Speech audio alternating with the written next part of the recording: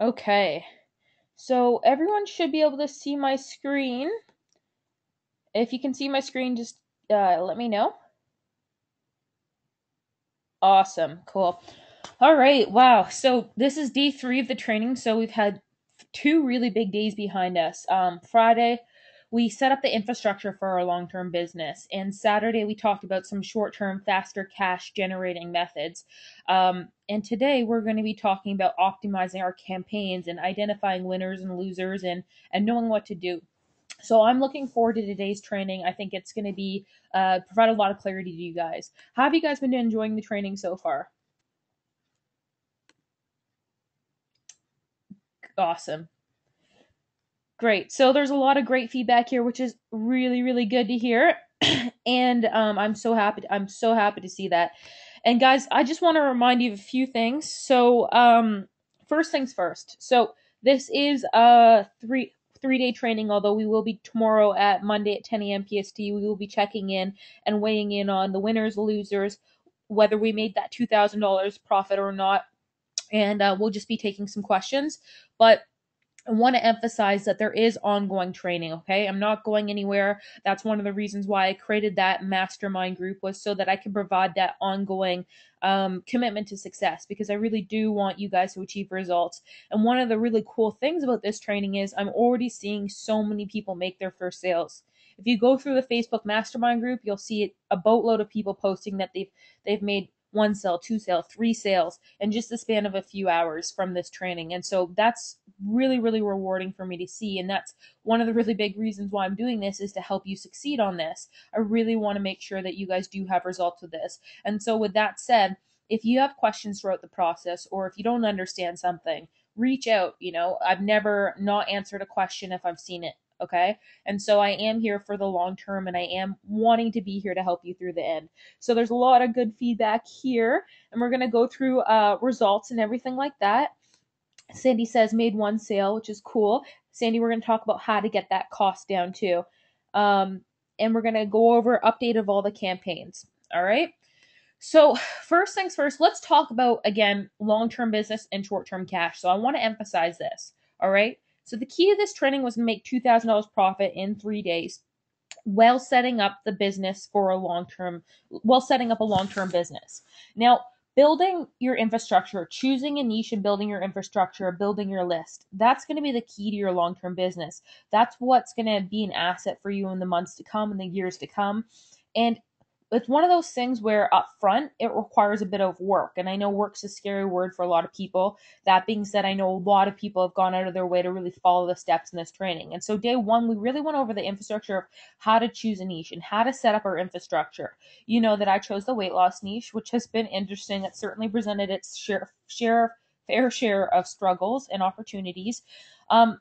So that's one of those things that's going to grow over time. And I want to be clear that I'll be checking in on that campaign. We'll have another training next week to check in on where that is, because the long-term business is a little slower to ramp up, right? You're not going to be able to make it's going to be very difficult to make $2,000 profit in 3 days starting from scratch, with no existing business. If you had an existing business, it'd be different, okay? But that's why we talked about the short-term cash, things like t-shirts and direct linking within the internet marketing category. And so those are designed to give you kind of immediate results while building that long-term business and getting that long-term profit. So it really is a combination of the two. And so far it's been working out so good. So I'll give you an update on what's working and what's not. And so today we're going to be talking about how to optimize our campaigns, as well as how to identify the winners and the losers. All right. Okay.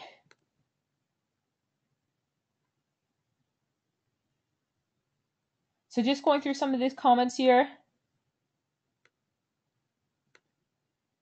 Charlie says he's not afraid of work, which is good. Awesome. Okay, so a lot of really good comments here, and I'm going to be answering all of those. Okay, so let's talk about the start of day 1. So again, here we go. So what is working and what is not working? That's what I'm going to go over today. So some things that have worked really well is the Andrew Luck campaign. I'm going to show you that. That's a t-shirt campaign. There's a Broncos campaign. And I'm going to go over a few ads and weight loss campaign that have generated commissions. Okay. So let me show you this. Okay, so we've got the Andrew Luck campaign here, and we've made 21 sales so far of the Andrew Luck t-shirt campaign. Okay, at $20. So that's just over $420 or so, and 50% of that is profit from the t-shirt campaign. Okay, so the Andrew Luck campaign is working. It's working really well. We're making sales and we're continuing to make sales. Now, one thing I want to mention here is I did select a goal of 20 shirts, and I have gone over. And so when you're thinking about creating a t-shirt campaign, I would encourage you to not go over 20. I know that there's discounts on t-shirts if you choose 50 or 100, but the thing is you can oversell and you'll still receive part of that benefit of receiving discounts at the 50 mark and the 100 mark. And so I would suggest to choose 20 seems to be a really realistic goal, especially for making sales, 20 shirt sales in just a few days, which is the goal of the campaign. When you get more advanced, you can increase it to 50, but there's not a real benefit. The other thing I want to mention is with crowdfunding, it's really all about social proof. And so you see this green bar down here. I noticed a huge pickup in sales. Once we got to the 15 t-shirt mark, sales picked up quite a bit. The conversion rate increased quite a lot. And that is because the scarcity and the built-in scarcity and urgency is there now. Okay, they see other people have taken action. And so having that lower number definitely helps in the long run. And that's a good lesson that can be applied not just to t-shirt campaigns, but to any sales strategy. Okay, that urgency and that social proof and that scarcity is something that kind of encourages someone to take action. And so everything that I'm teaching here, it can be applied to other areas of your business. Okay, and another thing is you can still be building t-shirt campaigns in the niche that you decided to go into. It doesn't have to be a different niche. Okay, you can use these methods together. I was talking to one marketer who is going to be implementing the t-shirts in his dating niche. Okay, and that's a business that he already has up and running. Tonight I'm going to create a weight loss t-shirt. Okay, so that's one t-shirt, and the second one is the best in the West, and we've sold 26 so far towards the goal of 50. All right, and so we're still only about the halfway mark, but that's coming along. All right, let me show you an example of a campaign that's not working, much to my disappointment. Okay, this is the GSP shirt. This is George St. Pierre. He had a UFC fight last night, and I haven't made any sales of this. And I think I spent about $20 on ads. I got about, I think, 90 clicks or so. Let's see here. I'll show you the actual campaign. GSP, here we go. So I spent $20 and I got 73 clicks and I didn't get one sale. All right, so that's disappointing. Now, I will say that we really should give it to 100 clicks to see if you get a sale. But obviously, we're not profiting right now, so I'm probably going to cut my losses on that campaign. And that's one thing that I really want to emphasize to you. If you are committed to success in internet marketing and committed to success in building a business at all, you've got to know that there's going to be winning days and there's going to be losing days. All right. And it's all about isolating what's working and what's not working and improving from there. All right. And so that's really the key is you can't let yourself get discouraged. And trust me, I've got bad days too. I think, why is this not working? Is it ever going to work? And then all of a sudden you get a winner. All right. And so it's really about figuring out what's working and what's not. So I put up 3 campaigns. 2 of them took off. 1 of them didn't. All right. And so what I'm going to do this evening is I'm going to set up a few more campaigns and I'm going to continue to test and identify the winners and cut the losses. So I'm going to stop this campaign because it's not working. However, this campaign is working. All right, I'm making a profit on the Broncos campaign, and I'll show you the ad campaign. Let's see. Peyton Manning t-shirt. All right, I spent $25. I've got 115 clicks. All right, so there are elements of this that are working, aka I'm profiting, but I can do better, right? So you can see here that certain clicks are costing me more money than others, and I'll come back to that. And so it's about reducing the things that are costing us too much money and scaling up the things that are efficient and that are working. All right, and so that's a really big lesson. The lesson that you need to take away from today, and then I'm going to drill into your head, is that it's not an all or nothing picture. It's not like if you meet a successful marketer, everything's going right in their life. That's just not the case. They go through just as many failures as you do. The difference is they're persevering and they're continuing to try. All right? And so I think that that's a really important lesson. Does that make sense to you guys?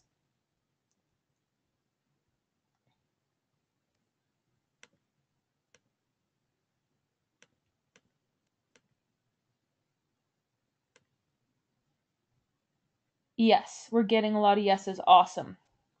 Okay.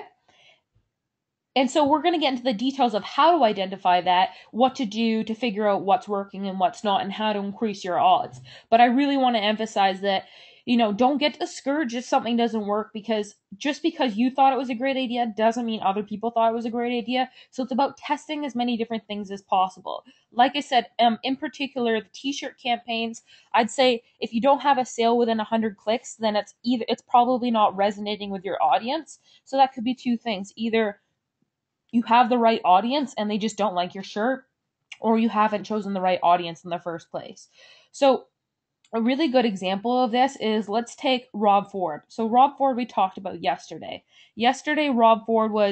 Um Yesterday we talked about how Rob Ford was trending, and that he was the mayor in Toronto who had basically smoked crack, and all the late night shows are talking about him and all this stuff, right? So he's probably a good example of a shirt that can sell. However, the targeting is a little less clear than if you're selling, let's say, a CrossFit t-shirt to a CrossFit audience. Do you know what I'm saying? So who would you target if you're targeting Rob Ford? Well, I suggested in the group yesterday that you could target Toronto, and then you could also add interest like Leno or any of the other late night shows, all right? Because that indicates that they have an interest in humor. However, it is a little unclear, so the conversion rate on that would probably be a lot lower than something that's as targeted as a CrossFit t-shirt to a CrossFit campaign. So you see what I'm saying there?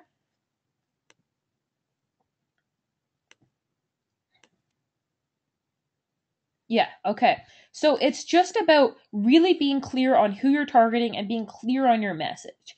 And so the Rob Ford t-shirt campaign, that's something I'm still interested in doing, because it's not funny, but it is kind of funny. That I think that I could capitalize on. However, I do have a little more experience, and so I wouldn't recommend it for you. All right. So just be careful about choosing your audience and choosing what's working and what's not. And so that's what I'd say about that. Let me go back to my notes here.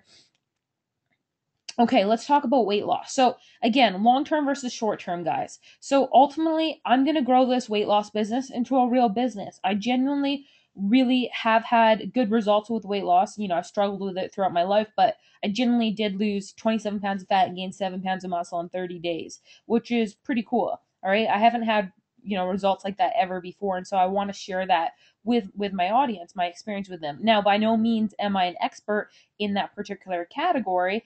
I'm not a trainer or anything like that, but I am interested in it. And so I am going to be scaling up that campaign over the weeks to come. However, because we had to do so much upfront work, and because we're starting from scratch, it's a new niche I've never been in.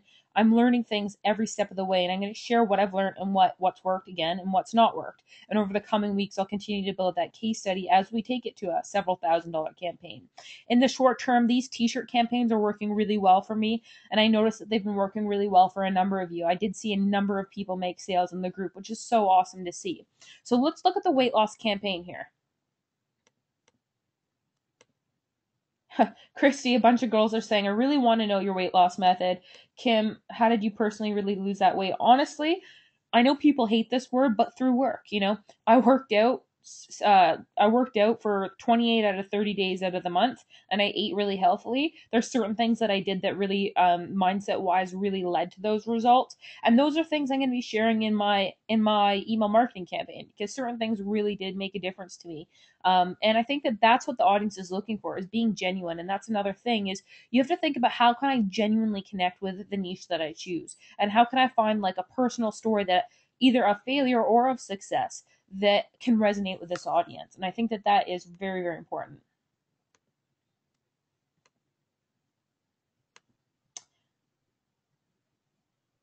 All right. So, okay, let's go to the weight loss campaign. So, guys, the weight loss campaign has been interesting, and I'll show you the campaign in just a second. So, I have generated some commissions in that particular niche, about $80 in commissions. Which is doesn't sound like a lot, but given how few clicks I have, there's successes and there's failures. Like I said, so $80 commission on the surface doesn't sound like a lot of money, but when you look at how few clicks and how few conversions I've had, it's good. So it's about isolating what's working and isolating what's not working. and then eliminating the waste and scaling up the positivity. Okay. And so, especially when you build your long term business, there's going to be a lot of things that don't work initially. All right. So, it's all about eliminating those and finding the things that do work. So, what was not working for me, especially in the weight loss niche? All right. I had trouble getting the ads approved. So, let me talk about this for just a second.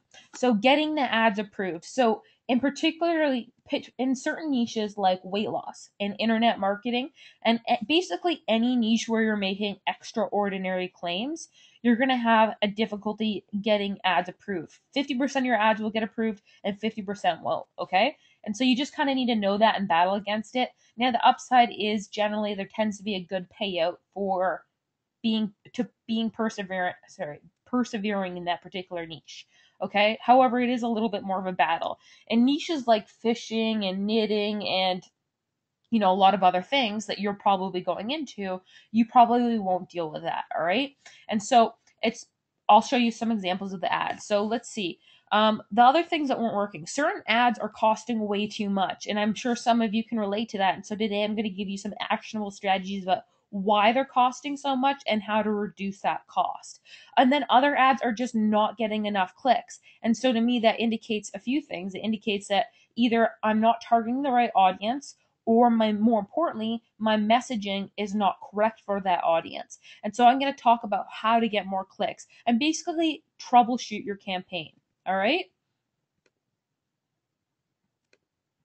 Cheryl says sex ads were not approved. Yeah, so exactly. I'm not particularly surprised about that. Certain niches you'll just have more trouble with.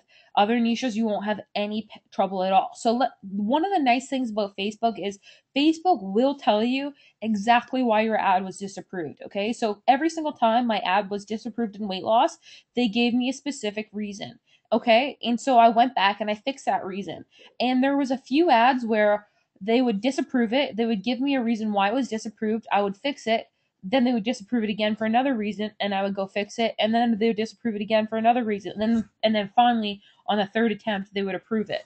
So it really is kind of a battle of just persevering there. And so let me show you some examples of the weight loss campaign. Do you guys want to see some of those?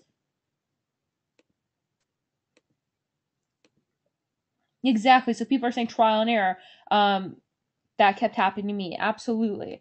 And so, but that's what's going to lead to the success ultimately.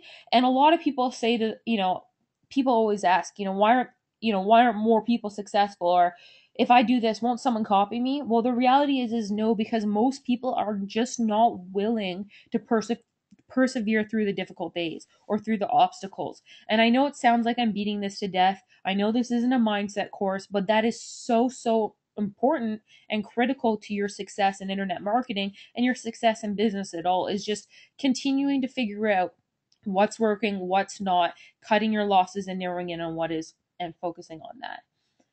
Okay? So let me show you some of my campaigns. GSP. Okay, so this is a weight loss campaign. Okay, here we go. So I want to show you first the ads that weren't approved. Okay? So this is one of my weight loss campaigns that just wouldn't get approved, all right? And it was so frustrating because there was like 3 times that I did it and it would give me a different message every time. And yet you can see, I'll start with this one. So you can see for this one, it says your ad wasn't approved because it violates Facebook's ad guidelines by showing before and after results in the image. If you believe that your ad follows our policy or you need help, get in touch. Okay. So I thought that maybe I could skirt past that rule because I used a cartoon image. Like, obviously, that's not real before and after results, one would think. However, Facebook deemed that, before and after. Okay. So I couldn't use this image. I thought I could. I tried it, and it turns out I couldn't. So I could go back and I could switch out this image, and that's exactly what I did do. And then I did get my ad approved, and I'll show you that. So for this one, it says your ad wasn't approved because it violates Facebook ad guidelines by making claims that are unrealistic or unlikely. Now, this is what it comes back to when I say successful people, right? Because a successful person, there isn't really such thing as unrealistic or unlikely because they're the people defying the odds, okay? However, unfortunately, Facebook also knows that most people aren't willing to, get those unrealistic or unlikely results. And so when I say find out how I lost 20 pounds in 30 days plus get a free calorie calculator now, they deem that unrealistic. Well, the reality is I lost a lot more than that in 30 days, but it's not the average result. So, yeah, is it frustrating? Yes, because I could say, well, it is realistic because I did it. However, Facebook is talking about averages. At the end of the day, I could sit here and I could get frustrated, or I could just switch my image and get on with it. Okay. And so if I modify that ad, it got approved. So let me show you some examples. The other thing that I can say is after a certain while, if your ad keeps getting disapproved, it will take longer for them to review that particular ad. I have had success duplicating my landing page and just using the same URL and getting my ad approved much faster. So let me look at the questions here, make sure.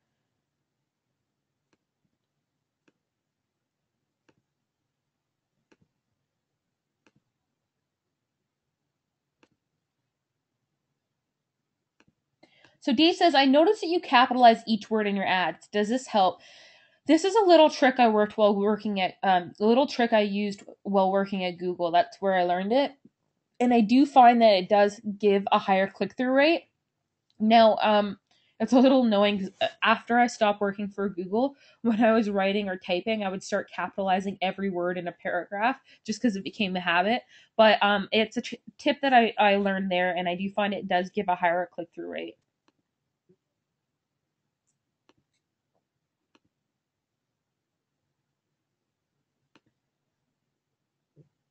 Yeah, so Mark's got a great suggestion here. Couldn't you say, is losing 20 pounds in 30 days realistic? Find out here. So he basically took this ad and incorporated the same elements that were in the ad that got disapproved and reworded it. And Mark, that's actually a really good idea, and I would suggest that I will try that and see if it gets approved. The reality is it's kind of like a case by case situation. Depending on who's reviewing your ad might get through.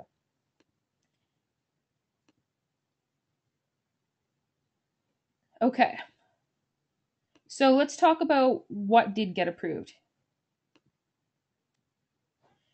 Okay, so Cindy says if your ad gets disapproved, do you have to change your landing page and URL? No, you don't. You basically just need to follow whatever it says. So here it says before and after results. So what I would do is I'd go edit this and delete that photo. So this photo's fine down here in the second ad. So I can move this image up into the first ad and see if that got approved. But I would need to also modify the language here.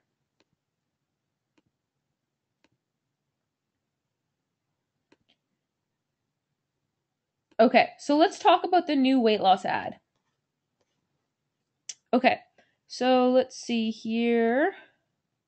Okay, so I have a few weight loss campaigns. Okay, so this is an example. I'll come back to that one in a second. Okay, so this is another example of an ad that just was not working for me. All right. So let's look at a few of the things that just clearly aren't working. First of all, my ad reached 146,000 people, 761. However, only 9 people clicked on that ad. That's a terrible, terrible, terrible, terrible click through rate. All right. And at the end of the day, click through rate is what determines what you're going to pay per click. All right. Facebook wants to reward ads that have a high click through rate. So this was just not targeted enough. I went a little more broad. And I was just targeting people who like weight loss and who are 19 and over. The audience was just much too large. It wasn't specific enough. So this is a really good lesson for you, and I'll get into this in a little bit more about just making sure you have a target audience. This message was way too broad for this audience. Okay, I did get 2 conversion rates. So while looking at this on the surface level, I could easily say, wow, this really sucked. Like, what did I do wrong? How am I such a failure? Blah, blah, blah.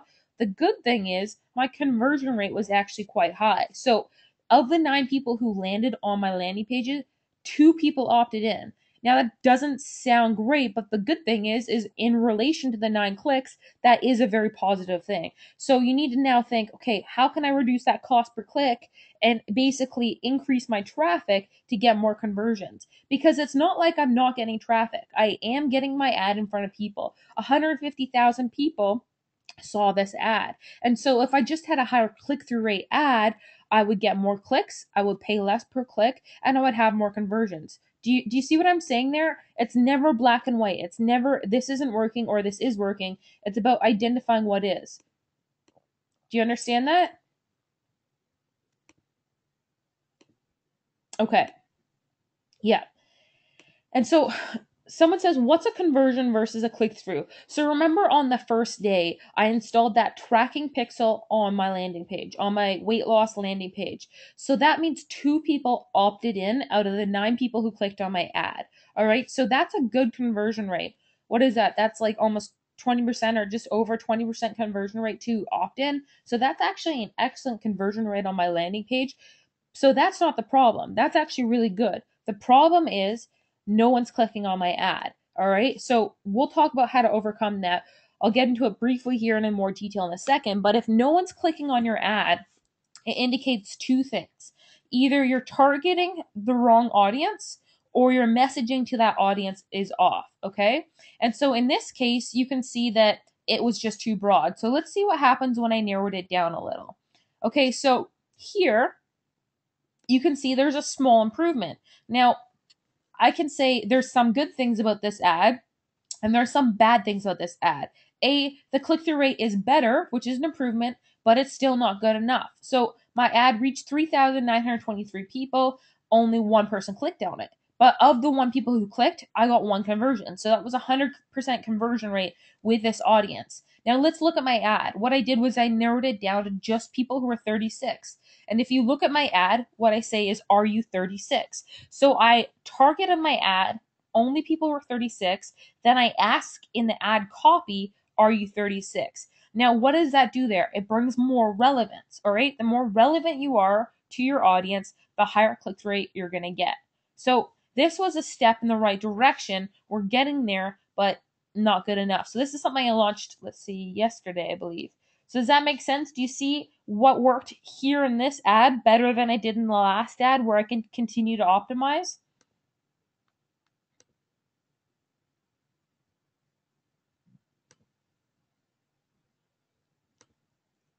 Okay, great. So yeah, it's slightly better targeting. Now there's still a ton of room for improvement. Here, I just need more traffic, and I'm sure I'll get more traffic. And I need a better click-through rate. So maybe I could test a different image. All right, this image isn't the greatest, and again, I'll get into that in a second. But my cost per conversion isn't too bad. Now, when it comes to the long-term business, there's really 2 things you should be doing with this course. Number one is you should be focused on building your mailing list. All right. Now, this might cost a bit up front. This might be more work up front, but in the long run, this is what's going to pay you time and time and time again because you're building a relationship with that list and you're really going to make a massive return on investment. It's just going to take a little longer. The second thing you should be doing is either the t-shirt campaigns, which I went over yesterday, or direct linking internet marketing offers or something very specific. So that's kind of the fast short-term cash that I was talking about. So this was a slight improvement, and let's see this ad. You can see here that I did the same sort of thing. Again, good conversion rate, 1 click, 1 conversion. Still not the best click-through rate, but slight improvement. A little lower than the other one. You can see my ad reach is not as high. However, this conversion rate would be better than on the, let's see, on this ad here, the 146,000 people. So you can see here, it's almost the exact same ad. The difference is I'm saying, are you 38? Age of 38. Okay. So you can see that there's some really good things about what I'm doing and there's some not so good things. So I am getting conversions and I am getting clicks, but it's just not as good as I want. And so today, really the goal of today is to walk you through how to modify that. So my goal for this evening is, I think we have, let's see, we've got I think about 80 or 90 t-shirts sold, or sorry, 26. We've got about 46 t-shirts sold, which is about $900 sales, about $450 profit there. We've got some conversions on the weight loss. So my goal really for this evening is to optimize these ad campaigns to get more opt-ins to my mailing list, try to increase conversions there, as well as identify more winning t-shirt campaigns. So the winning t-shirt campaigns are basically going to cover me and make me excited about continuing to build a business online in this weight loss category until I get it to a point where this is consistently generating good ads, this is consistently getting good results, and that I'm scaling up from there. And so, like I said, next week we'll check in again, particularly on the weight loss campaign, and I'll share some results on, what's going on there. So does that make sense to you guys?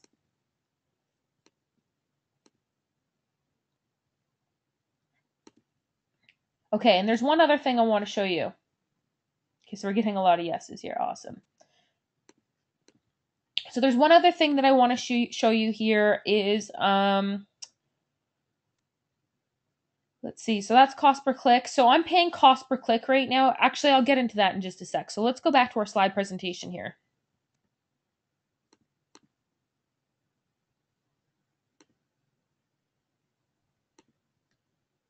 Okay, so let's see here.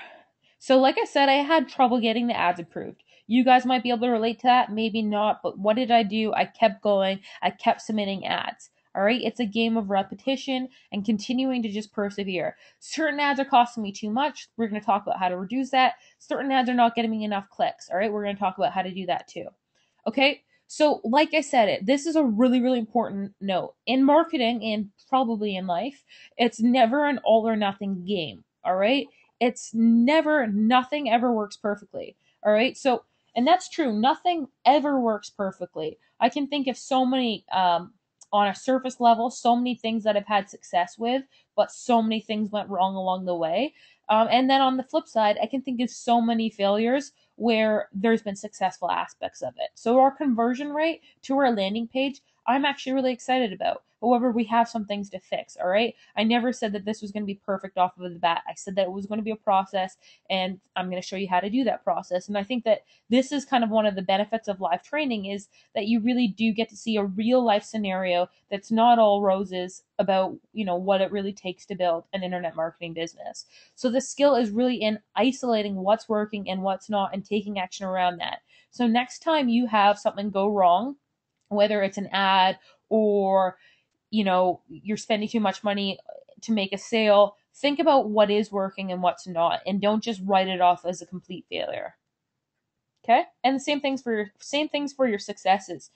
Every time I have a success, and I genuinely do think this is one of the biggest reasons why I have quote unquote been successful. It's because even when I am quote unquote successful, I'll sit down and I'll analyze what went wrong, what could I do better next time, what are the lessons I learned from. It's all about learning and persevering from that.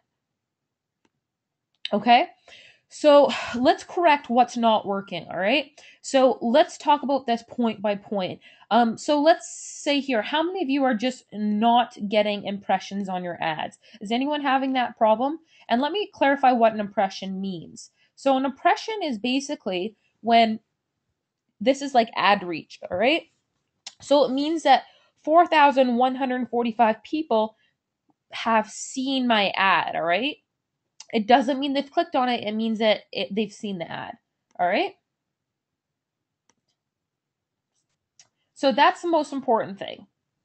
So it means that they've seen their ad. So if you're not getting enough impressions, it could be because you're bidding too low. All right. Now, one thing that I want to emphasize here is with Facebook advertising, when you bid, just because you're bidding 20 cents CPM here, you can see that here. Just because you're bidding 20 cents doesn't mean you are going to pay 20 cents. So let me go to another ad. Yes, okay, so this is what I was looking for. So you can see here that in this ad, I'm bidding 15 cents CPM. So what that means is for every 1,000 impressions, I'm willing to pay 15 cents. I have received 328 impressions, and I have spent 4 cents. So you can see that you don't always pay for the bid that you're going to get. So Facebook really wants you to have a high click-through rate so that they can earn more for every impression that they put of your ad. And so that is a really important note that I'm going to continue to just talk about here. So if you put your bid as 30 cents, that doesn't necessarily mean that you're going to pay 30 cents a click or 30 cents impression. That's just what you're willing to bid. So don't be afraid to bid higher, all right? Because make sure you have a daily budget. Obviously, if your daily budget's at $5, if you're bidding higher, you're still not going to go over that $5 mark. So the risk isn't as great. Okay? So Sandy says 36,000 impressions, 83 clicks, and 1 sale. All right, so that's awesome. So that's good because it's data. Really, marketing is a game about collecting data. You want to the more data you have, the more easy it is to determine what is working and what's not working and fix from there. So she had 36,000 impressions and 83 clicks. I'm not very good at math, so I'm not sure what that click-through rate is. She says it's a 1% click-through rate, or 0.113, she says. All right, so she could continue to improve her click-through rate. She'll probably play less overall, and with more clicks, she'll get more sales. So, Sandy, good job for getting a sale there, and this will help you optimize. Yeah, and Eric makes a good point. Sometimes there isn't a rhyme and reason. Sometimes you bid max and still get no impressions. You just need to create the ad again.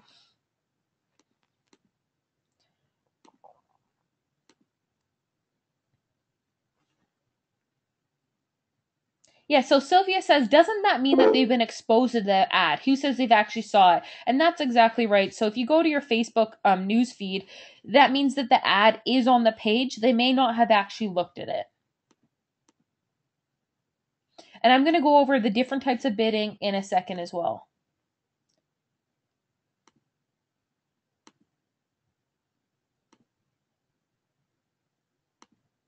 Okay, so I'm going to go over what CPM means in a sec, so just hold tight.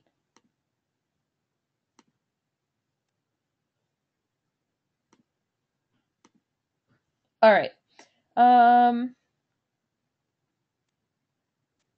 Okay, so no impressions, bid higher, or create a new ad. The no impressions things usually doesn't worry me. What does worry me is if I have impressions, but I don't have any clicks. Okay, so we'll go back to an ad here.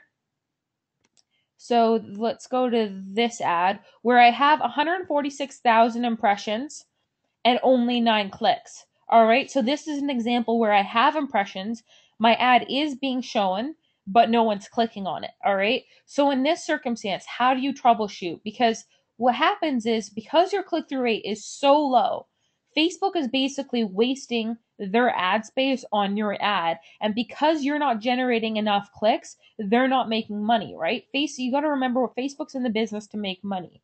And so the more people that click on your ad, the more money that Facebook makes. And therefore, the higher click through rate you have, the more money Facebook makes, and you're rewarded with a lower cost per click. Does that make sense? That's really the key in Facebook advertising is getting a high click through rate.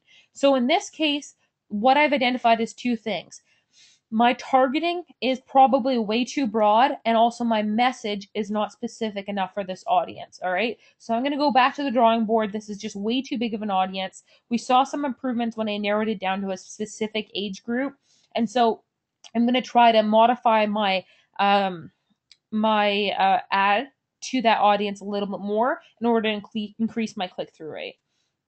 And I'm going to talk about what increases click-through rate in just a second as well. So like I said, you need to optimize your ad to get a higher click-through rate. So impressions is a good thing, all right? If you're getting impressions, that means that there's room to improve. You just need to modify your ad copy. And I'll talk about that in a second. Also, the second thing is maybe your targeting is off. You could have an excellent ad that converts really well in the golf niche, but if you show your golf ad to someone who's interested in basketball, it's not going to convert. So you need to think about targeting as well. Does anyone have any questions about targeting?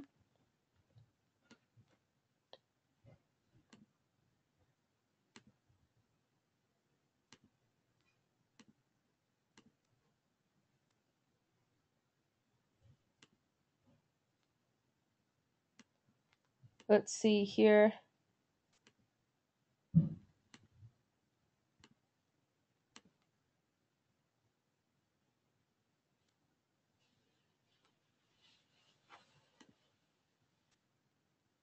Going through these questions, guys.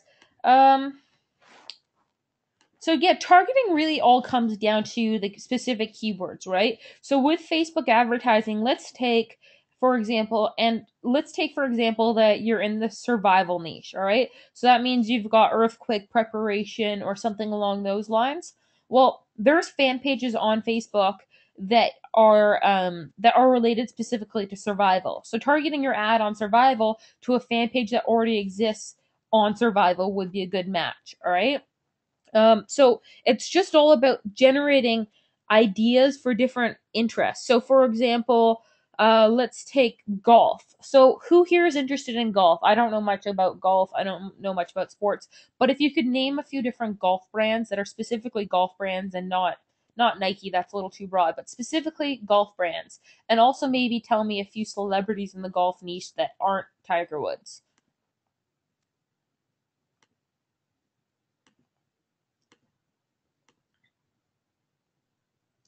Guys, Michelle, for example, I don't see your question yet. I haven't been looking through them all, so don't fear, guys. I'm not ignoring anyone's question. I'm trying to answer them all the best of my ability. Okay. Okay, so tailor-made, so that's specifically golf.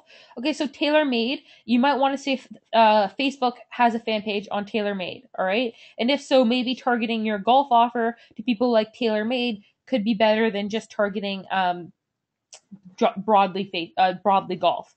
Callaway is another example. It's Titleist.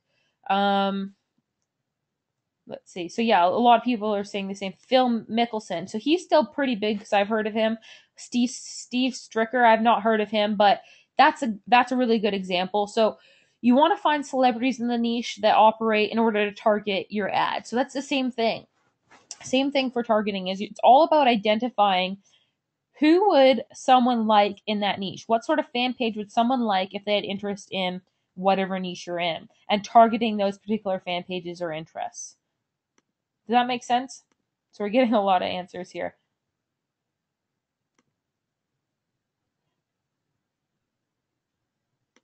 Okay, so Michael says, how would you target investment opportunities for investors looking for better return on investment? So same thing, Michael. There's probably specific pages. So again, Porter Stansberry.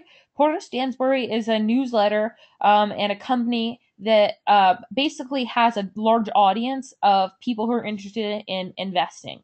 Okay, so it's the same strategy. I would identify who are the other companies and thought leaders in that niche. Off the top of my head, I know Porter Stansberry is one. And then I would go and I would use the strategies we talked about in the first day, either by targeting a general interest through Facebook ads or using the social leads freak. And I would target those their customers already. All right. And the reason for that is I would feel like I would get a better return on investment. Now, targeting someone like Porter Stansberry will give you a better result than broadening it out. Like, for example, you could probably target people who are interested in internet marketing as well because it comes down to a business opportunity, but your results would not be as high as targeting something like Porter Stansberry.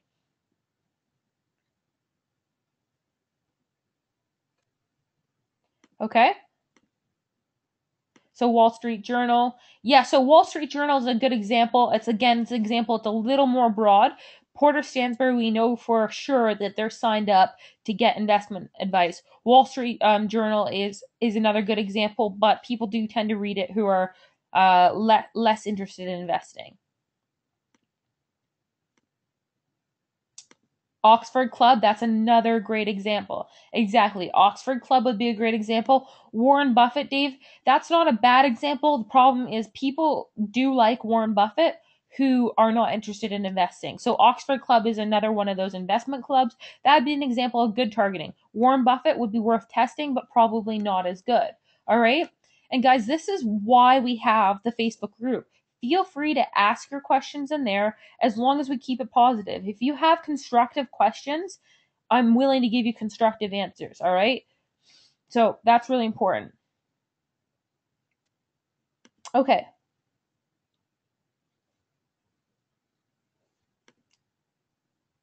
so let's see here. Josh says, so with the golf, targeting someone who is less popular than Tiger Woods is better because they're less broad. Yeah, so you need to think people who like Tiger Woods literally might have liked Tiger Woods because he hooked up with a bunch of girls. You know, guys do weird things like that. So you need to be careful about who you're targeting. Tiger Woods is a bona fide celebrity outside of golf. So you really want to look for niche celebrities, people that so for example, I'm not someone who knows anything about golf. I know who Tiger Woods is. So he's not a good example. You want to find people who I wouldn't have heard of and only people in golf would be interested in, all right?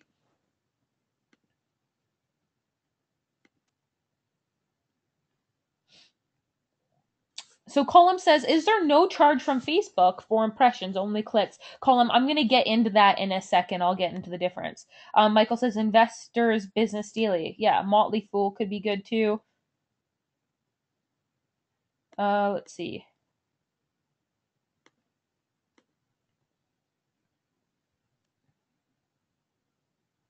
So just kind of looking for the questions here.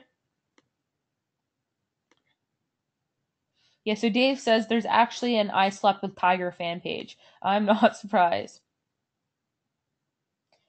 Okay, so Brian says, how did you find in your marketing campaign that age 36 was the limit? So let me go into my ad campaign here and let me just show you a few things. 36. Okay, so when you want to edit your ad, you just click edit here.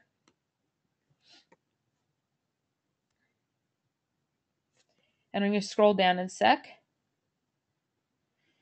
So this is where you would target age. So I literally just targeted age 36 to age 36. So you see what I did? I could do that for 25. I could do it for 66. All right, it doesn't matter. I arbitrarily chose that age, and that's all about segmenting. You'll find certain ages respond better than others. Okay. Now someone's got a question. Why am I targeting a precise interest of weight loss rather than social leads freak? I'm testing both. So I am targeting my social lead freak audiences that I generated. And then I was also targeting the precise interests. Agora Financial, it's another good example.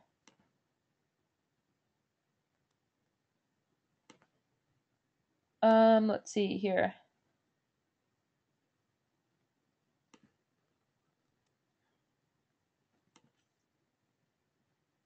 Okay, so Rodian says, I'm a tennis fan and I want to target Federer fans. Okay, so again, this is another example where I know who he is. I know his first name is Roger.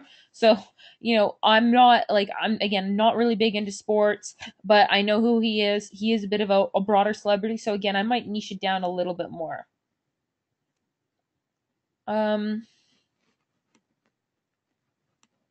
So this is Charles is asking a good question. How would you target interests for quick loans? All right. So this is something where it's not, there's probably not many fan pages and you could check on quick loans. All right. But there probably is a demographic of people who are interested in quick loans. So for example, you could go to Google and you could try to figure out, all right, how old are the people that are interested in quick loans? What is their school education? So if you scroll down, you can select education in high school, in college, college grad, and you can modify it from there. All right, so that's what I would do. Again, that's a little harder to target.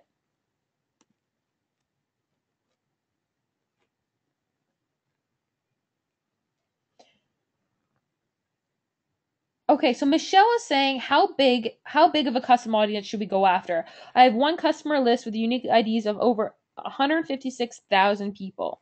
I've heard that it's best to keep custom audiences less than 10,000 members in a custom list. What do you think? Well, I always like to keep my list. So, for example, if let's say I extracted user IDs from let's see, Ryan Dice's fan page. Okay, I would want to keep, whether it was 5,000 or 150,000 people, I would want to keep that custom audience together as long as they were all qualified, like they were all commenters, for example. So I wouldn't worry so much about keeping it under 10,000, but I would worry about, just going after the quality leads, the people who commented, whether it's 156,000 or 10,000. I have targeted people who are 156,000, and I've had results as well. But if it's 156,000 and it's people who just like the fan page, it's a little different than 10,000 people who actually commented on the fan page.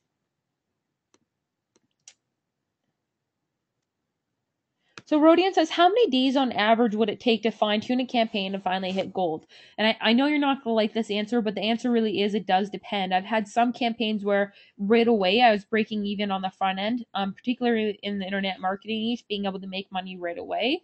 But I've had other campaigns, for example, the weight loss niche, it's given me a little bit of trouble. And so it's taking me a little time to fine tune.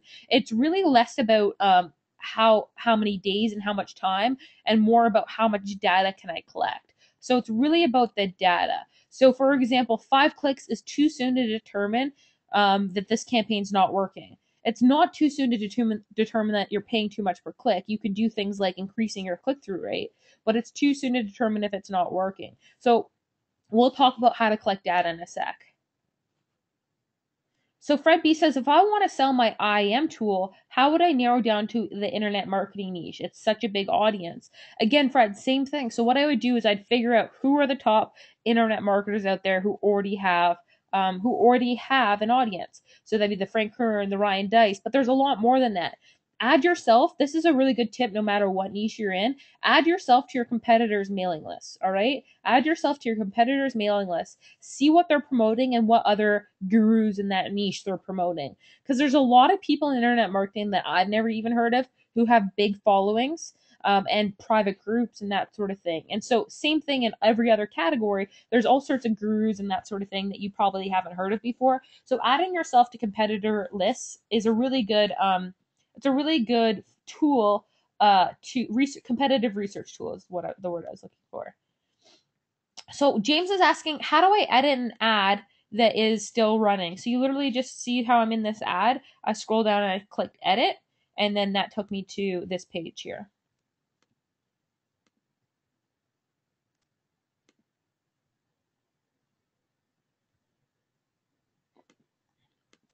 Okay, so a few people are asking about precise interests and general interest. So this is more of a general interest. Here, if I went to weight loss, let me show you. Down here, this would be a precise interest. So you see how one has a hashtag and one doesn't have a hashtag?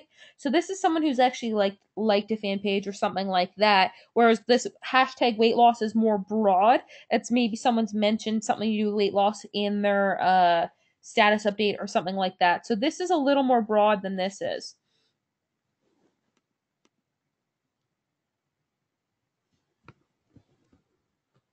Okay, so just kind of going through the questions here. Michelle says Facebook just generated a look-alike Rob Ford audience of 189,400 from my social leads freak list. I have never had too much success with look-alike audiences. For those of you who aren't familiar with a look-alike audience is, it's basically if you go to Facebook, let's see, Power Editor, and you take one of your custom audiences you created. Let's take Kern's comments, and I select create a similar audience.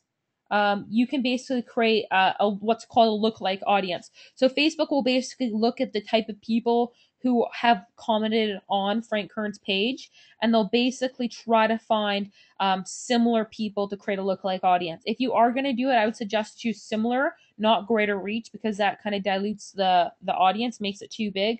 Again, I haven't found this to be terribly accurate. So you can try it out for sure, but I'm not teaching it for a reason.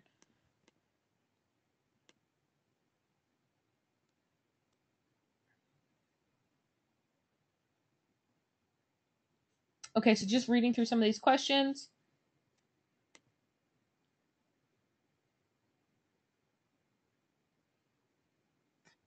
So Daniel says he's a business lender, so I'm guessing he loans money to businesses.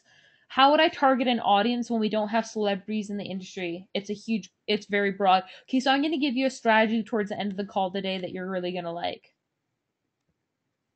Okay, so a lot of great questions, guys. If I miss your question, I will answer it on the Facebook page. Let's see here. So Schmoll says, how do you target something embarrassing like bad breath? Because people won't advertise that they have their problem on this page. And yeah, and that's a really good point. So people with Facebook, some niches aren't great with Facebook, and that's like embarrassing problems. So bad breath or erectile dysfunction, like guys wouldn't go out of their way to advertise that. And so those are ones I'd caution you about going into, especially if you're a beginner. Susan says, what about psychic medium type of stuff? That was actually the other niche that I was thinking about going into for the course of this weekend. And just give me a sec. I'm going to plug in my battery here.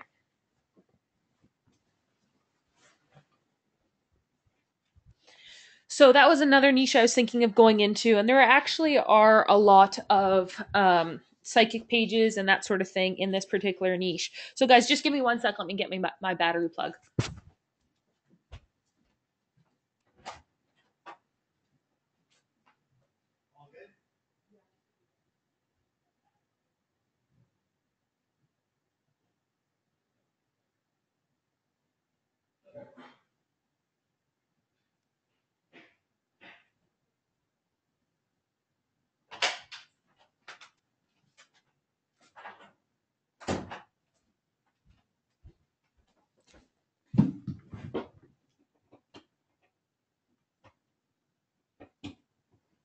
Okay.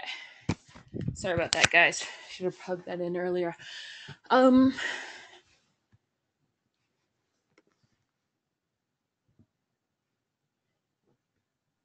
Okay.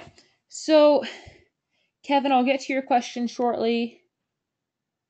Oh, so the niche that I was thinking of going into was psychic and witchcraft. I know it sounds kind of interesting because it's not for everyone, but there are a lot of people who are super passionate in that niche. So, to the lady who asked that question, there are a ton of Wicca pages and that sort of thing, palmistry, etc., etc. So you can take a look at those.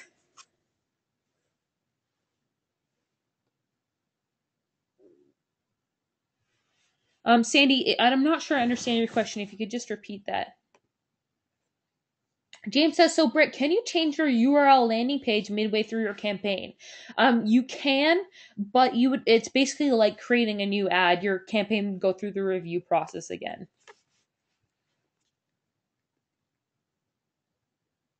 Okay, so we got a few questions about the newsfeed. I'm going to talk about advertising there in a second.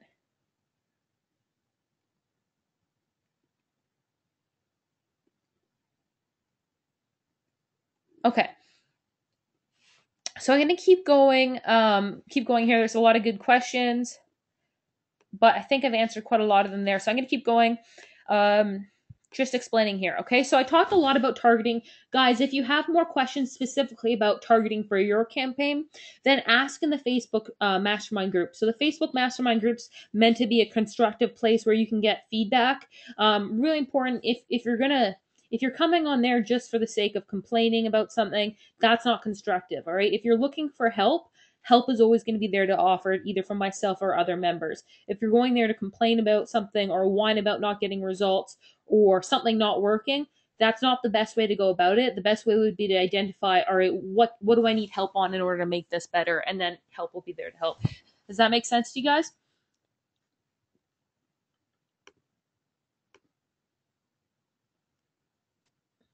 Okay, good. So, like I said, I feel like I've read a lot of Harry Potter. Help is always there for people who ask, but it is true. You know, I really will be there if you have specific help and you want some constructive feedback. I'm there to give it to you. What I don't have tolerance for is people complaining and just kind of having a negative attitude, because unfortunately negativity is infectious and it does rain on people's parade. And starting a business, there's enough obstacles as there is already. You don't need other people's negativity to weigh you down. All right, and so I want to try to keep this a positive place. Now, that's not to say that I'm not open to feedback and all that stuff, but I just want to be able to answer constructive questions and comments and use it that way. All right.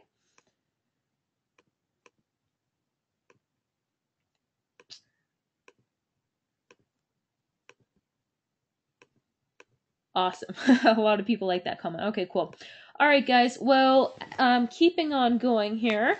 So, so impressions and no clicks. So, like I said, two things here. Your targeting could be off. We just talked a lot about targeting. If I missed your question on targeting, I'll try to answer it on this webinar. Also, like I said, you can post it on the Facebook group. Another thing, like I said, we will have several more webinars.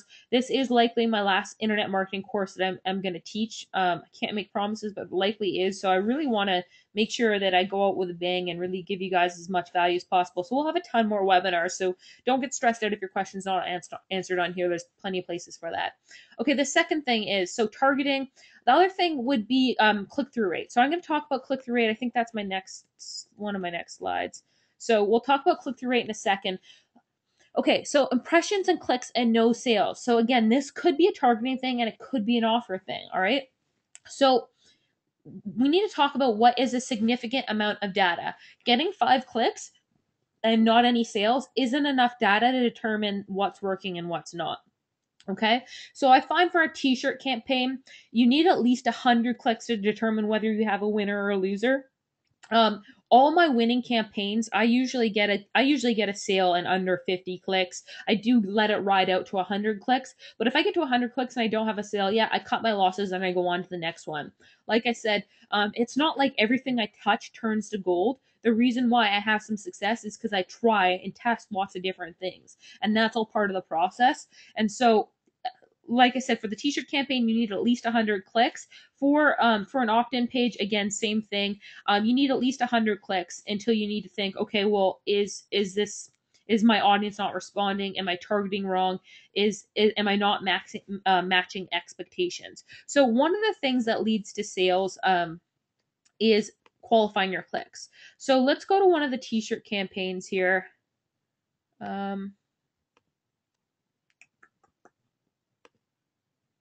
So GSP. So Peyton Manning. So Peyton Manning here. Show your support for Manning and get the game day price of $19. Price increases tomorrow, guys. One other thing I just want to mention. I did comment on the Facebook group. So I'm careful. I'm not using anyone's like copyrighted images or anything like that on my actual T-shirt. I'm not using like the Broncos official what is it called, trademarked label or anything like that. And so that I'm kind of avoiding any issues. However, I'm not a lawyer. If you have concerns about what's legal and all that stuff, reach out to Teespring or reach out to a lawyer to get clarity on that. So I just want to be really clear about that. I think that's just being as transparent as possible. There are a ton of other niches that you can make t-shirt campaigns in outside of sports. Tomorrow I'm going to be showing you a bunch of examples of things that are working for me outside of sports too. So don't think that you just have to do sports campaigns. There are a ton of other things that you can do too. But I think that that's only fair for me to just tell you that, you know, just because I'm doing something doesn't mean that it's 100% legal. I think that I am following the law fine. I haven't had any problems, but I just wanted to be perfectly honest about that. All right. So, okay, here you can see that what I did, coming back to messaging in the ad, is I pre-qualified. I said that the t-shirt costs $19. So when someone clicks on this ad, they know that the t-shirt they're going to be coming to a landing page that has a t-shirt that's $19. So when they land on the landing page, the reason why conversion rate is good, it really comes down to now, do they like the t-shirt or not? Because they were prepared enough to click on that ad when they knew that it was t-shirt for $19. So that pretty much qualifies the prospect a fair amount. Okay, so when they get to the landing page, it's really personal opinion of whether they like the t-shirt or not. Does that make sense?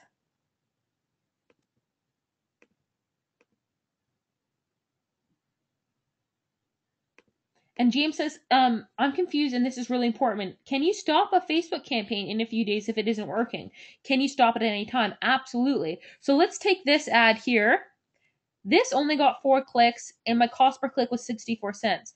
This got 108 clicks and it was 21 cents. Now there's a few different reasons why that is, but the main reason is probably the image. So I'm going to pause this campaign so you can see that it is a really big difference. So you can see I can actually stop this ad. I can pause it or I can delete it, all right?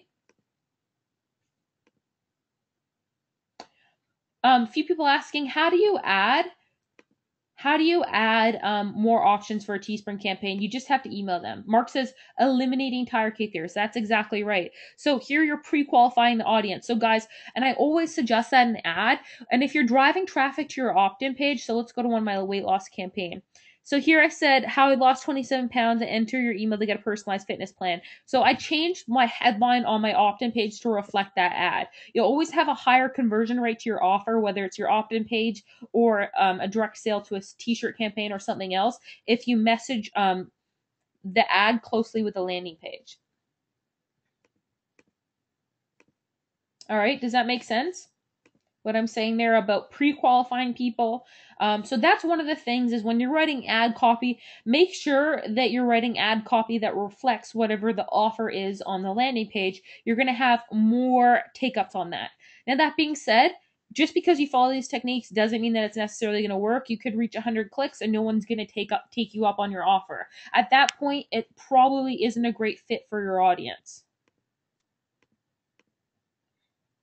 Okay? So I'll recap that. So, really important here is let's go back to the t-shirt campaign. So, here is one example of the t-shirt campaign, Peyton Manning t-shirt.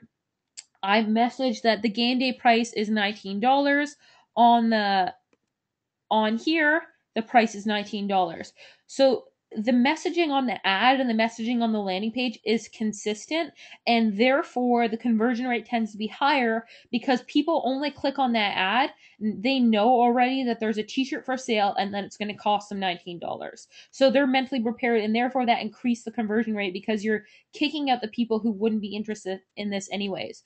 So you're not trying to get as many people as possible click on your ad. You're trying to get as many people as qualified as possible to click on your ad.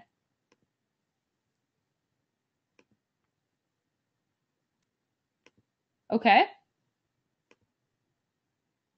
Got it. All right, great. So that's important.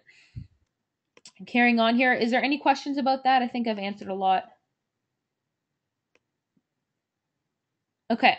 So impressions and clicks and no sales, that's probably because your offer isn't converting or your messaging isn't reflecting your offer properly. So after you get about 100 clicks, if you don't have any sales, I would start to look at am I targeting someone who would be interested in this offer? And is my target specific enough? So my first weight loss campaign was too broad. All right. So that wasn't really the offer's fault. It was the targeting's fault. Okay.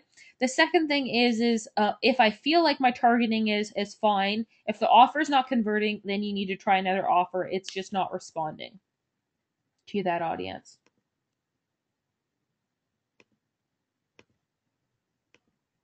Okay.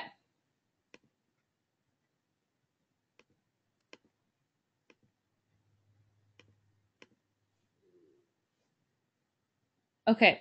So last one, clicks and sales. This is, pretty easy. It's pretty good. Winner, scale up, increase the budget and test for more audience segments. So for example, if you have a t-shirt campaign, let's just take CrossFit, for example, and you have a CrossFit t-shirt and it's converting to the CrossFit people who have commented on the CrossFit page, and you're making a profit, well, then maybe what I would do is I'd test an audience segment of people who liked the fan page, not just people who commented, but people who also liked the fan page. And if that wins, then I might broaden it out and I might try to target someone who is interested in another type of exercise.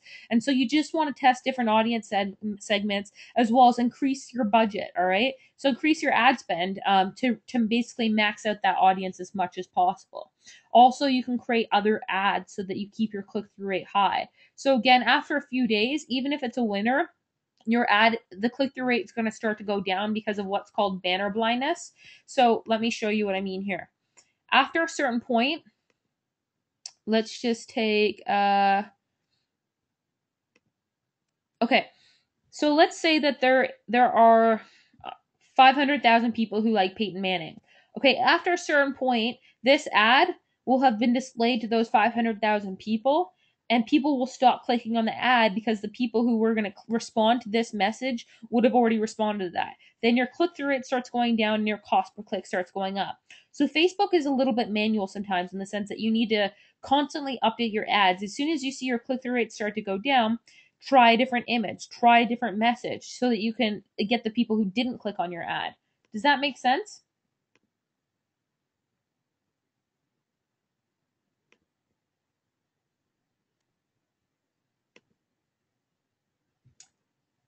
Okay, great. Okay, so Kenji's saying it does, but the offer. Can you just elaborate on what information you like more on the offer?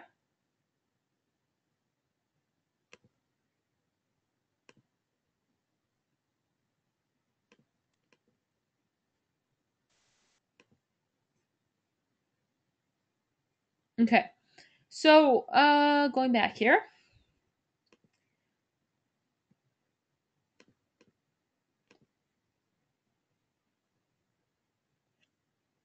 Okay, so continuing on, Brittany. So go after big, broad niches or micro niches that may perform better. Micro niches generally tend to perform better because you're able to give yourself a unique position. So what I'm probably going to do for my weight loss offer is I'm going to tweak my landing page to speak specifically to people who are in their 20s and females. So just target it down a lot more.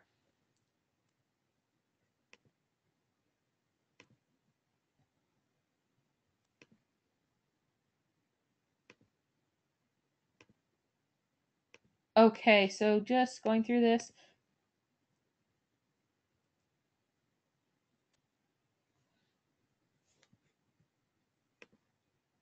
Okay. So again, like I said, you need enough data. You need at least 100 clicks. I mean, for a t-shirt campaign, like I said, if you don't have a sale after 100 clicks, I'd be a little worried. Same thing with an opt-in. And you should really be focusing on those two things, building your long-term business. And this really does work. Building your mailing list, building a relationship with your mailing list, and presenting targeted offers to that list. All right, that's your kind of bread and butter in the long term. In the short term, t-shirt stuff, a lot of people have been making a lot of sales. Maybe you might need to optimize your campaign a little better. Okay. Okay, so let's talk about offers for a second.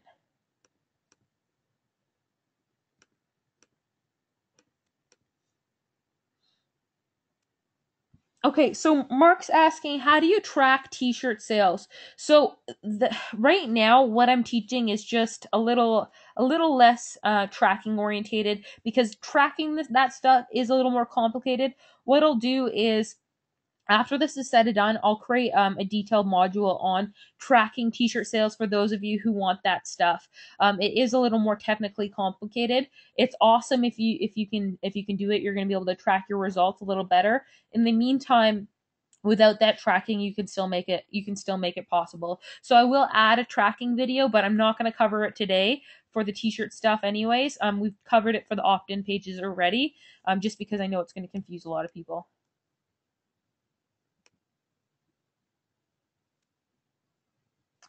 Janice is asking, where will these additional modules be found? I will send an email to you and I will also include them on Facebook, so I'll make sure everyone gets them. Dita says, will you be sharing with us the email sequence you created for weight loss? Yes, I've shared the first 4 emails, and that's pinned up on the Facebook group right now.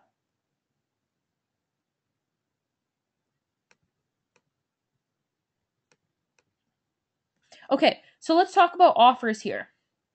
Uh, So, like I said, in the long term, really the best bet is to promote your opt in page and focus on building a relationship with your mailing list. Put yourself in your audience's shoes and think, how do I really want to be communicated with? Don't focus on direct linking to sales page offers in your niche. That shouldn't be your main focus. If you're going to do any direct linking, that should be the short term cash t shirt campaigns because those are converting so well. Okay, so try to focus on one of the two of these things, or both of them ideally, which is what I would encourage is focusing on the t-shirt campaign, make money from that, but then build your long-term business. And over the course of the next several weeks and several months, I'm going to be holding case studies, question and answer around the long-term business, in addition to giving you updates and case studies on the t-shirt stuff. So it's really the best of both worlds.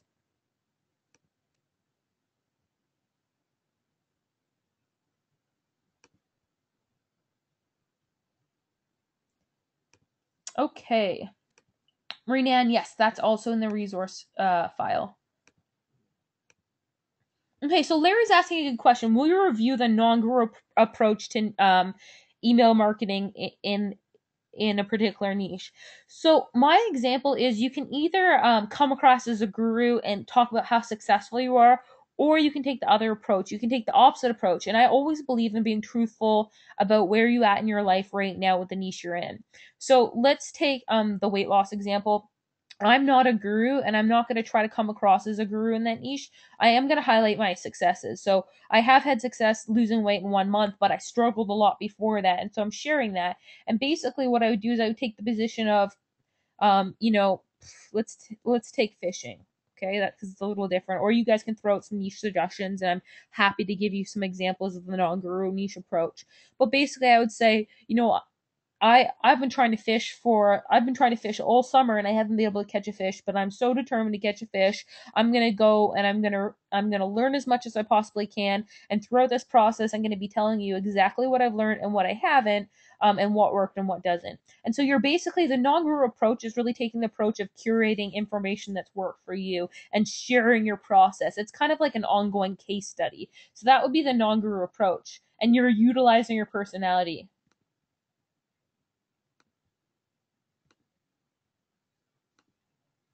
Okay. Let's see. Karen says, if you're not teaching this technique again, what will you be teaching? Karen, what I mean is I will be continuing to teach this course. I'm just probably not going to release any other internet marketing courses because I've got a number of other businesses that are very profitable in other categories that I'm just really excited about growing. Okay. Okay, so Michael has a question about, after I increase my budget, sometimes my click-through rate drops. And that is a bit of a curious thing. Why I think that is because you're reaching more people, and because you're reaching more people, the result is diluted a bit.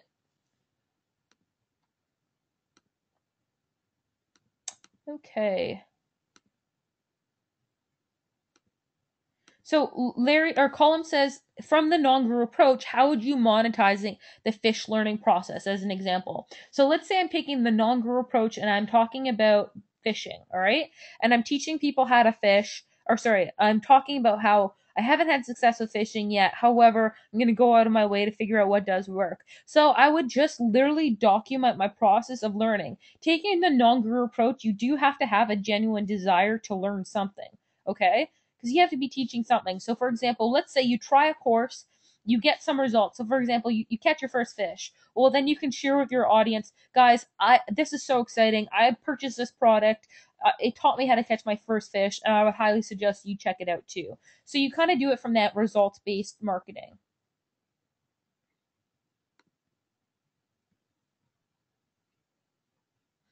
Polaris says, thanks for offering the combination and giving us more case study efforts by your expert experience. It's up to us to succeed based on the valuable knowledge you're giving us. I'm more than happy to do so. I really do want you to succeed with this. Ray, I haven't seen any of your questions, so just keep popping them in there and I'm happy to answer them. Okay, so Jared says, after the 12 email sequences is done, what do you how do you communicate with your audience? So it's very much the same formula. So the let's take the knitting campaign. Let's see if I have it open right now.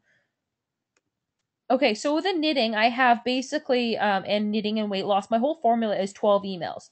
The first three emails are about building a relationship. Email 4 and email 5 are selling them something. Email 6 and 7 are again giving value.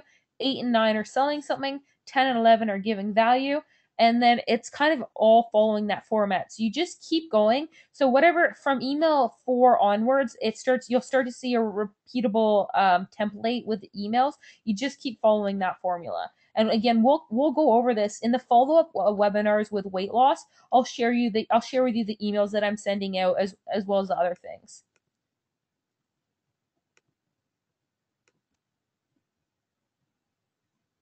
Sylvia says, catching fish is no different to catching clients. You have to fish where the fish are. Just throwing a line in a body of water, no matter how large, will not catch fish. And that's exactly right. So Larry says, is it ultimately better to go after profitable, trendy niches or those I'm personally passionate or knowledgeable about? Now, again, this is personal preference, but I'm a big believer in going after something you're personally passionate or knowledgeable about. And the reason is because, as you know, building a long-term business, yes, you do need to do work. Now, ultimately, the amount of return, the amount of income that you can make from this work is just crazy, and so it is worth it. Okay, but you do need to do work, and that work includes writing emails on a weekly basis. And so if you're not passionate about that topic, it's really hard to keep that up. So that's kind of my 2 cents on that. Brian says, what time is our webinar tomorrow? And will the registration link be the same as the previous webinar trainings? Yes, it will. And it's at 10 a.m. tomorrow. And I'm going to go over results as well as questions. Okay, Ray, I answered this earlier. The best way to add female shirts and hoodies to your campaign is to email Teespring's support. Sandy says, before running ads to our opt-in page, should we have all 12 emails ready to go? And that's a really good question. You should have at least 3 of them, but then you have to be disciplined to go back and add the other 9, because obviously when day 3 comes along, you're going to need email for day number 4, so I'd write that. Fred says, in the internet marketing niche, there are many people promoting the same tools. How do we know that the offer hasn't been seen already 100 times? That's tough. If especially if you don't have a niche, a list in that audience, you just need to test it and see are you getting results from that offer.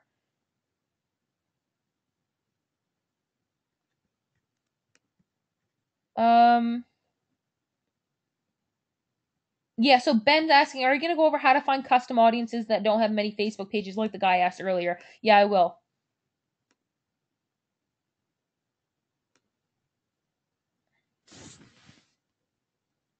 So a target click-through rate should be like a good click-through rate in Facebook is 1%. A good click-through rate in Facebook is 1%.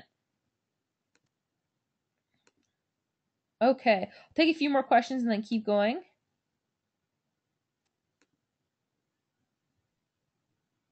Charles says, "Are you involved in any niches strictly due to trending?" No, I'm not. I don't like doing that.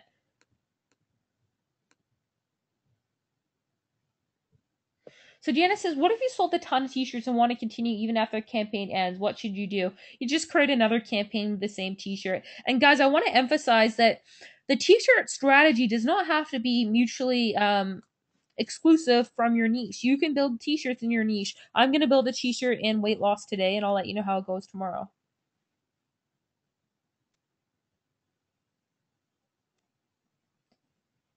Debbie, yes, that does help. Todd saying, will you provide the 12 emails? Yes, I have. They're pinned in the Facebook group at the very top, and I'll also send out an email about it.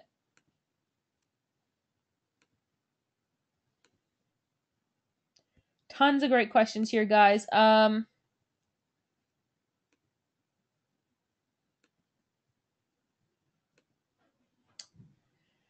Brian's asking a question about using virtual assistants in my business. I'm at a point in my business where I literally don't have enough time in the day to do everything. So I do have virtual assistants, as well as Karen, who lives in Toronto. She was not a virtual assistant. She's very helpful. So it comes a point where it makes sense, but when you're just starting out, it's not necessary. Okay. So, guys, I think I've answered a lot of the really good common questions. If I missed your question or skipped your question, happy to answer them in the Facebook group. Okay. So let's see here. Okay, let's talk about getting a higher click through rate. Like I said, image is a really, really huge factor here. Okay, so let's go back down here. You saw with the Peyton Manning that one image was just better than the other. More people were clicking on this than on this ad. So I know that this is a fairly unscientific approach, but finding images, I'll typically go to istockphoto.com, and I'll literally search. So let's take fishing, and I'll wait for the results, and I'll shut my eyes and I'll open my eyes and I'll see which image catches my attention first. And I know that's not the most scientific approach, but that's what I do. Another way to kind of make your image more eye catching is by let's take this image here, putting a red box around it, or having an arrow on it. But you have to be a little careful about not making it too aggressive, because Facebook will not approve that type of ad. Other images, people tend to really like faces, particularly women and children's faces, and it doesn't have to be an overly sexualized image. Women, just like a woman or a child, people like looking at them. It's something comforting to them. So those are a few good image ideas for you. Okay, so image plays a massive, massive role in click through rate. All right, and click through rate plays a massive role in getting a lower cost per click. So really focus on finding good images. If you're not getting a high click through rate, image would be one of the first things that I test. The other things that are important is your messaging. So making sure that you have benefits and a call to action. So believe it or not, people really do need to be told what to do. They have to be told what to do. All right. So For example, if you're driving people to your opt-in page, you'll notice that my ad said enter your email to get dot dot dot dot. So you have to tell them what to expect on the landing page, just as on your opt-in page, you have to tell them what to do. Enter your email. On my t-shirt campaigns, I say buy one now or get your shirt before they're gone. So that is crucial in terms of increasing conversion rate, increasing click-through rate is telling them what to do. Otherwise, other than that is benefits. What are they going to learn? Are they going to catch more fish? Are they going to learn how to lose 10 pounds? Are they going to learn how to make more money? Are they going to learn how to become a better knitter? Like, what is it specifically to that person that's going to be a benefit? All right. So that's really important. And like I said, feel free to post ads or campaigns in Mastermind group and I'll critique it. As long as you're asking from a place of looking for constructive criticism and you're not doing it from a place of nagging or complaining. All right. And so I'm more than happy to critique that. A lot of people have been posting their t shirt campaigns, which is awesome. Some of them are really great, some of them need a little work.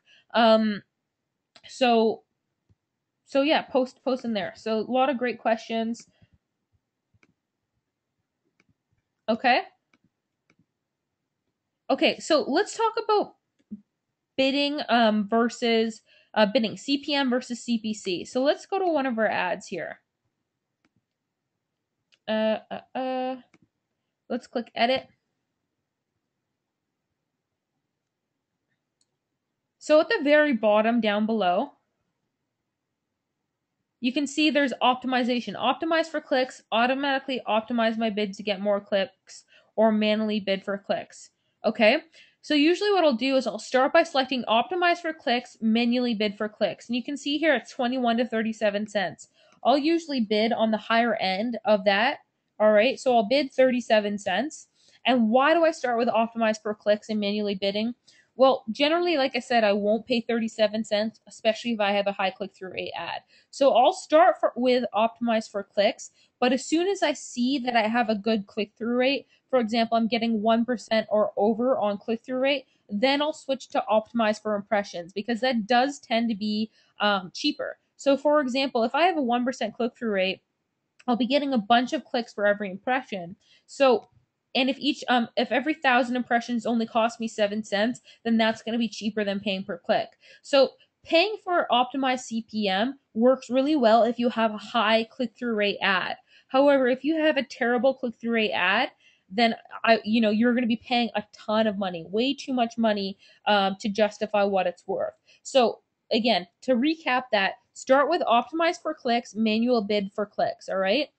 Do that, put in on the higher end of the suggested bid, and then look at your ad. Are you getting a good click-through rate? If it's over 1% click-through rate, then you can go back and you can click optimize for impressions, okay? And then you'll find that that drastically reduces your overall amount that you're paying. So that's a general strategy that I follow. And that's kind of really the difference between optimize impression and optimize per click. Optimize for click is you're paying every time someone clicks on your ad. Optimize for impression means that you're paying every time someone your ad is displayed 1,000 times. Do you get the difference there?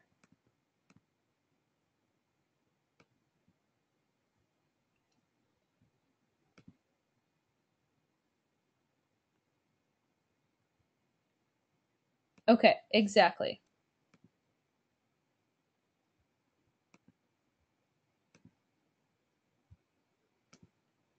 Okay, so I'm gonna get into newsfeed next, so hold tight there. Okay, so like I said, one last recap on this, and then I'm happy to answer in the Facebook group. So I usually start with optimize for click, manual bid for clicks, all right? And the reason for that is I want to basically try to figure out, is my ad getting a high click-through rate? All right, so I'll bid on the higher end of the suggested bid in order to just kind of get initial traffic. All right, after I see my ad, if I have a really high click-through rate, then what I'll do is I'll switch to optimize for impressions. And when I switch to optimize for impression, you'll see overall you're still getting lots of clicks, but at a lower cost.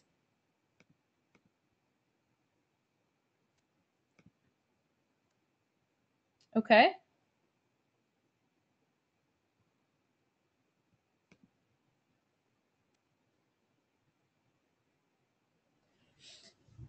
Yeah. So I have tested, and one of my first campaigns that I launched was optimized for clicks and automatically optimized my bid to get more clicks. But I didn't find that terribly effective. I've tested a fair amount in the last month or so, and I still find manually bidding for clicks is still more effective.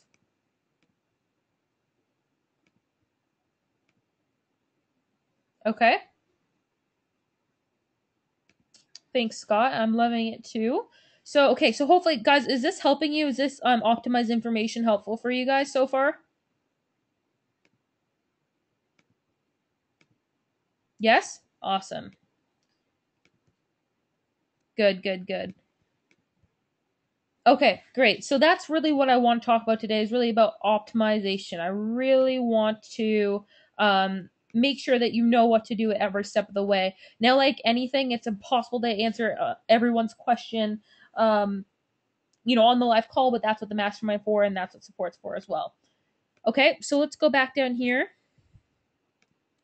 Okay, so like I said, having a lower, so having a low click through rate ad is what's going to cost you money. Having a high click through rate ad is going to be significantly less expensive. Okay, so newsfeed ads. We've had a lot of people ask about newsfeed ads, and for those of you who aren't clear on what a newsfeed is, well, on Facebook, you've got your newsfeed where all this information comes in. Let's see. I'll go to another area. So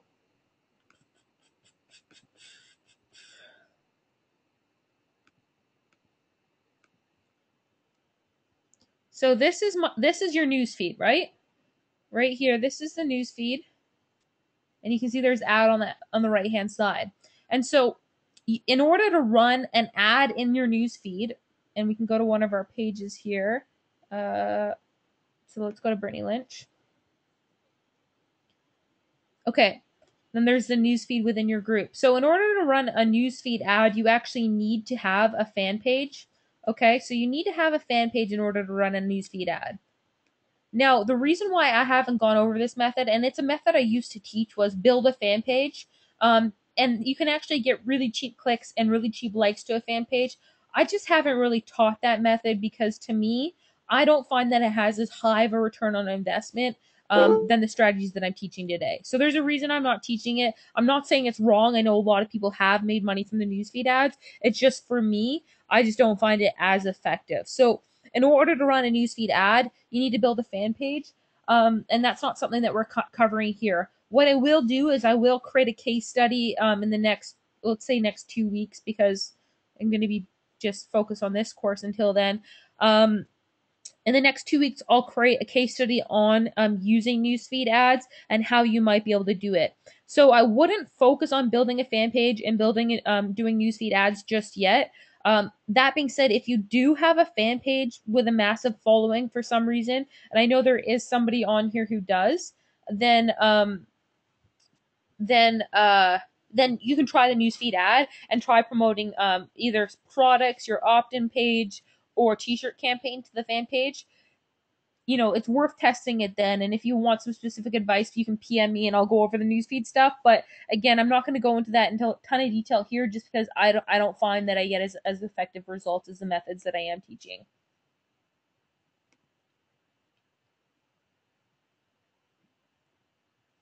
Yeah. So someone just asked a question about how do you get a 20 to 1 return on investment? And so that's basically, like I said, two strategies through direct linking.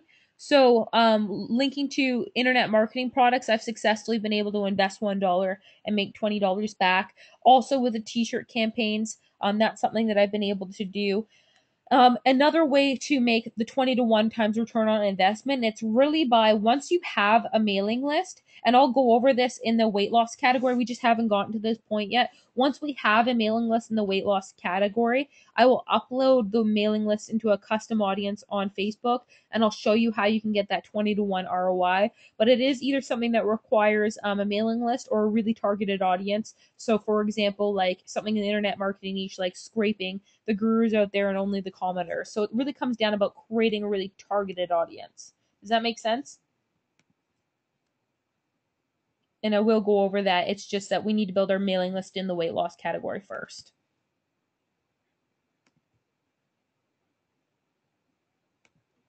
Okay. Just going through there here. Colin says, is there a cost to having a fan page?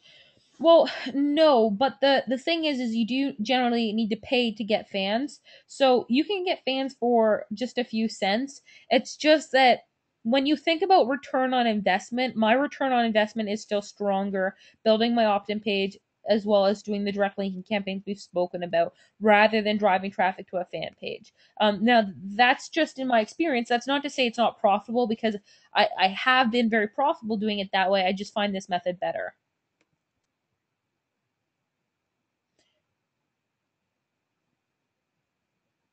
Okay.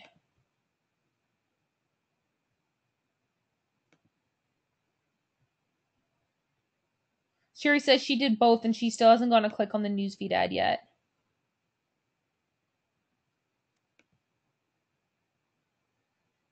Yeah, so David says, is keeping traffic within Facebook cheaper, i.e., having them opt in on a tab page? Yeah, so Facebook traffic, if you keep the Facebook traffic within Facebook, it does tend to be cheaper.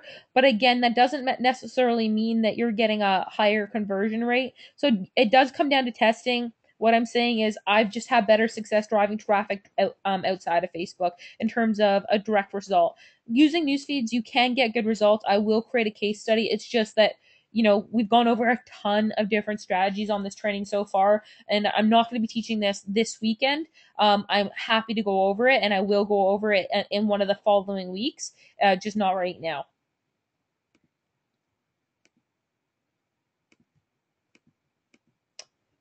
Ross has a good question. What is the ideal size mailing list? Well, when I was getting started, I remember I built a mailing list of about 100 people, and in my head, I figured that it was too small. I couldn't possibly make any money to it. And so I didn't ever send any emails to the mailing list. And then one day a marketer approached me and they said, hey, can you promote my product? And I said, yeah, well, why not? I'll just try it. And I promoted the email to my mailing list and I'm making $1,000 in sales from just 100 people. And so I realized that it's not really about size, it's about quality and it's about building a relationship with that list. And you'll find, so as someone who has promoted my product to lots of different people's lists, just because someone has a million people on their mailing list does not mean it's better quality. There really is a difference in quality, and that comes down to how do you treat your list, how do you build relationship with the list, how do you work with them, and that comes down through the email marketing. Few people are asking about the information product template. I'll provide that for you guys. Um,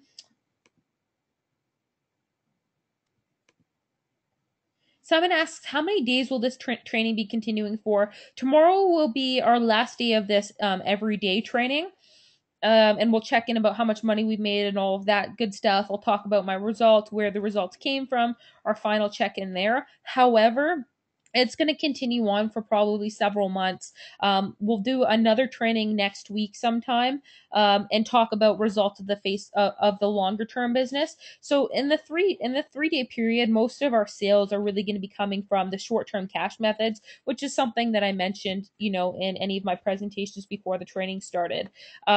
However, in the long run, most of our money is going to come from that long-term business, which is the weight loss category, and that's what I really want to show you is the long-term results from that too. So we'll keep up training as I continue to build the weight loss category, and I'll share results with you on that. Yeah, so don't worry, I'm not going anywhere or anything like that.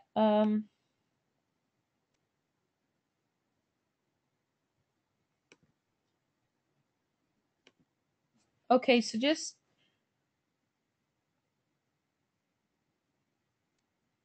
Larry's asking, do I have a step-by-step PDF guide for setting up ads? Right now, I don't. We will be creating guides to go along with these videos.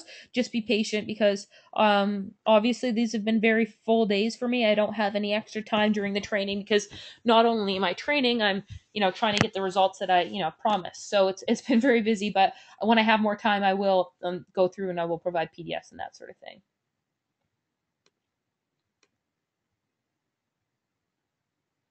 Okay, Michael says, do you create residual passive income or only use one-time payments? So I promote ongoing products, recurring products sometimes, um, as well as I have my own recurring products. So that's really up to you. Rebecca says, am I an octopus? Sometimes I wish I was an octopus. Sometimes I wish I had a twin. Um, okay, guys, so let me get back to this. I'll answer questions again. If I'm missing your question, I'll come back to it. For the click-through rate, I do mean 1%. 1% click-through rate. Okay, so bonus fast cash getting technique. So do you guys want to share one? Do you want to see a pretty cool technique that I've been using lately? And actually, I'm going to try to share some results with you on this tomorrow. But it's a really cool technique. Again, just a full disclaimer on terms of service. So Facebook has what's called terms of service, and some things are against the TOS terms of service, and some things are not. Not everything I show you is strictly allowed by Facebook terms of service. Now, that does not mean it's illegal. I'm not doing anything illegal. But I just want to be aware that I don't think this is strictly against terms of service. All right, we're getting a lot of yeses. Bonus fast cash methods. Okay, so this is also something that you're going to really like. For example, we had a few questions about what if my target group doesn't have a fan page or something like that. Colin says, who reads the terms? It's a good question. Some people read the terms, but I just wanted to be, I think I've done a very good job of being transparent and honest about everything so far. And I just, want to keep that up.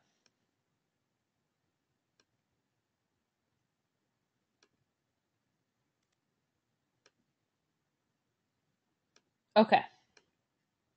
So bonus fast cash getting technique. Okay, so this is pretty cool. This is called the I want method. So basically what you do is you're going to want to add yourself to a ton of different groups. So basically, let's say we're in the weight loss category. What I would do up here is I would go and I would search weight loss, or I would search keywords with fitness and that sort of thing. See more results for weight loss. And then I would select groups. And then I would basically add myself to these groups. You can see I've started joining some of these. So this group has 4,980 people in it. So you can see I joined it. And the thing with groups is most of the time, even if it's a closed or a private group, they'll add you to the group, not a problem. So I just literally go and I'll add myself to different groups. And I'll tell you why in a second. So you basically want to use the search tool to find as many groups in your particular niche and add yourself in there. All right. And guys, if you have a business already, if you have a mailing list already, you can use this strategy to your existing clients, or you can use it as a strategy to micro target. And I'll show you what I mean. So let's go into weight loss and improved health support group. Okay. So what you'll find about groups is they've got a search feature. So in the top right hand corner, and this is going to be really helpful for you if you're trying to find information in our group, is you can actually search within this group. So what I do is I use the keywords I want, I need, I want, buy. So let's see, let's search the keyword buy. Basically what you can do is when you search buy, it pulls up what people are thinking about buying. Or that they're interested in buying something. I've got a really good example here. Just give me 1 second. Okay, Wicca for beginners. This is just like a witchcraft group that I joined. So I'm going to search the keyword buy. Okay, perfect. So you can see this one right here, Carrie Ann Galler. I love the symbol they used on Charmed I learned recently. It means protection. I want to buy a charm of one of my chains, but I don't know what it's called to buy it. Can anyone help? This is someone who wants to buy something. All right. Does anyone know a good place that I can buy Wicca books, like its history and books of the gods and goddesses? Well, I know a good place where you can buy those books. What if I could actually find a book on history and gods and goddesses and market it directly to Dorothy? Would that be a qualified candidate?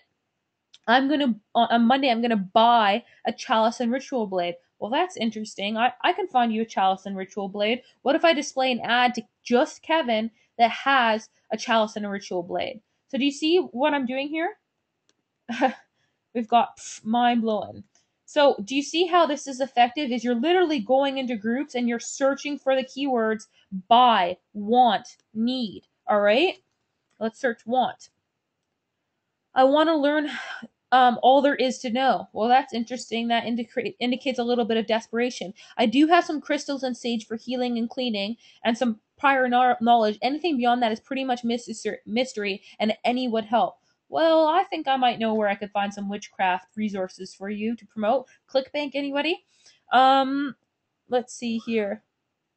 But I want to voice my feelings. I want to thank the gods and goddesses of the earth. Whether or not you agree with this stuff, it's not really a big thing. All right. So in any niche, in any group you can go in, you can actually go and you can search for these keywords. I want, I need. Okay. This is good for all sorts of different stuff. Let's see. Around me, I need help. He needs help. I had a glass leaf shaped bowl. It just broke. Well, I guess he needs a brand new glass shaped bowl. Okay. So do you see how powerful this is? Okay. Robert just received a local tornado report. Be careful. Okay, so, but the question now becomes, let's go back to buy. The question now becomes, how do we get this man his sword and chalice? All right, his chalice and ritual blade. So let's open Kevin Johnson's profile here.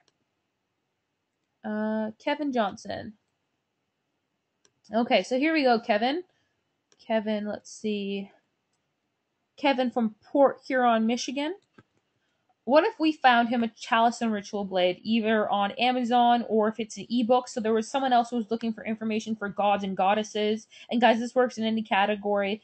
You can go to ClickBank and you can find these products. Well, what if we could find this specific person's user ID and then create a custom audience with just him in it and create our ad to match it to him? Would that be pretty cool?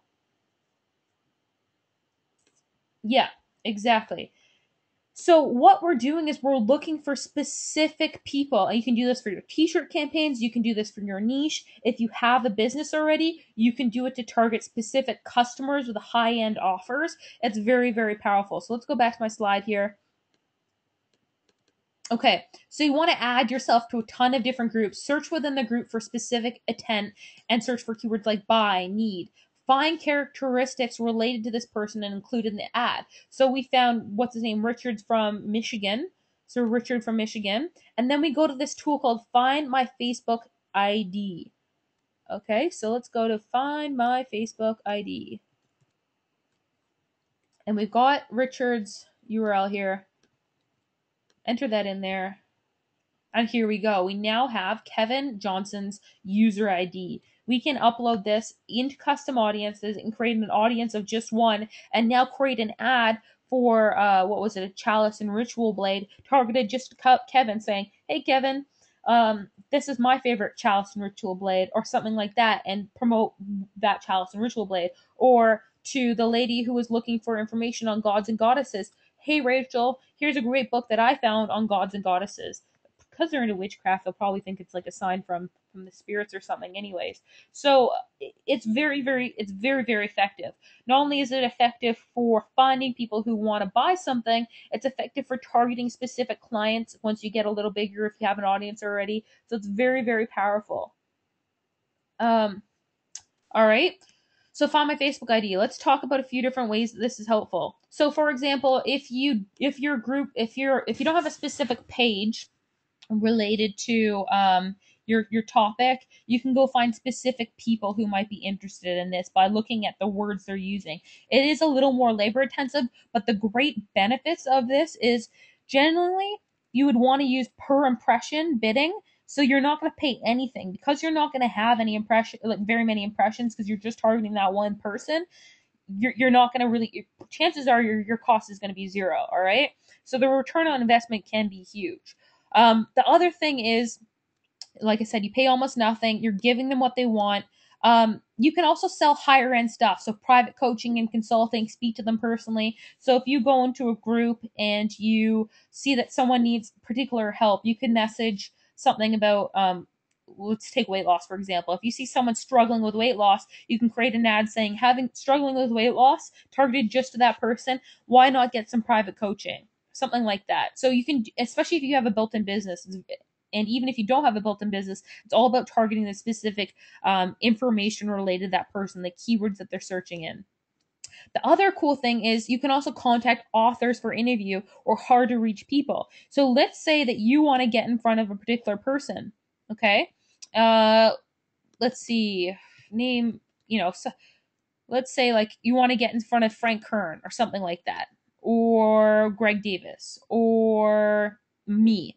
You can target my specific Facebook ID, go to my profile, and take this and find my user ID, and then you can display an ad just to me. All right. So you can try to arrange interviews with high profile people. You can get on their radar to, whatever information you're looking to get. So it's really, really cool strategy. So how I'm going to use that for a few different things. I'm going to share some results with that tomorrow, but it's a really cool way because, especially for those of you who are maybe a little more cost conscious, this is a little bit more of a cost conscious method. Yes, it is more labor intensive, so keep that in mind, but it can be very, very high impact if you use it correctly. So do you guys like that?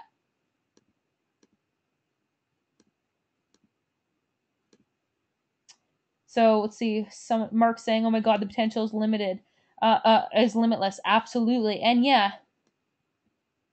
and you can get user IDs in bulk. You can collect specific user IDs and upload them using this method as well. So a lot of people said that's cool. So how did you get the ID? So I went to findmyfacebookid.com. I entered in their profile there, and that gave me their user ID. Then you would simply go right to Facebook, Power Editor, and create a custom audience with that person. So it is very, very, very cool. And it is no matter what stage you're at. If you're at a more beginner stage, you can go add yourself to groups using the I want, the buy, the need method. And you can promote offers directly to those people. If you're more advanced, if you already have a mailing list, you can use this to connect with what you know are already high paying offers and market offers specifically to them. They'll feel really, really good about being personally narrowed out by you. And then the third method is if you want to do interviews with people in your niche, or if you want to reach a high profile person in your niche, or just in general, it's a really cool method. And fourth, last thing is I've got three brothers, and it's a really good trick to play pranks on. So there's a lot of different uses for that. All right. So a lot of good things here. Yeah, David, I'm going to show you an example tomorrow. So I'm going to implement this strategy tonight and show you the results. So guys, what you basically need to do, you don't have to go into groups. It's just within groups you can actually search. So that's why I suggested groups. But for example, if you know there's a certain person you want to find, you just go to their Facebook profile, you know, and let's see, go to their Facebook profile, take their profile here, and then go to find my FacebookID.com. Enter that in here, select look up numeric ID, and then you've got their ID, and you upload that into a custom audience on Facebook. So it's really straightforward. And again, how you would search for this is in particular groups. Groups.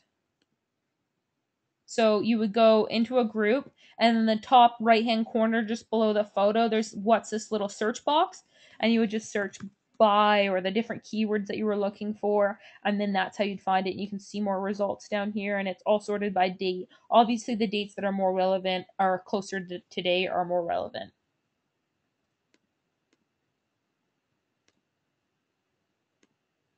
Let's see, just going through a few questions. So guys, that's a bulk of what I wanted to teach to you today. Was I really wanted to talk about optimization, targeting, scaling up. So my focus for tomorrow is for tonight, sorry, is scaling up the winning t-shirt campaigns and finding several more t-shirts to generate some more fast cash to reach our $2,000 in 3 days. It's also to optimize my weight loss ads, get some more opt-ins and sales there, and continue to foster my long-term business. So that's kind of my goal for tonight. I'm gonna be touching base tomorrow on all of this, and then in the long term, what to expect in the days to come and the weeks to come.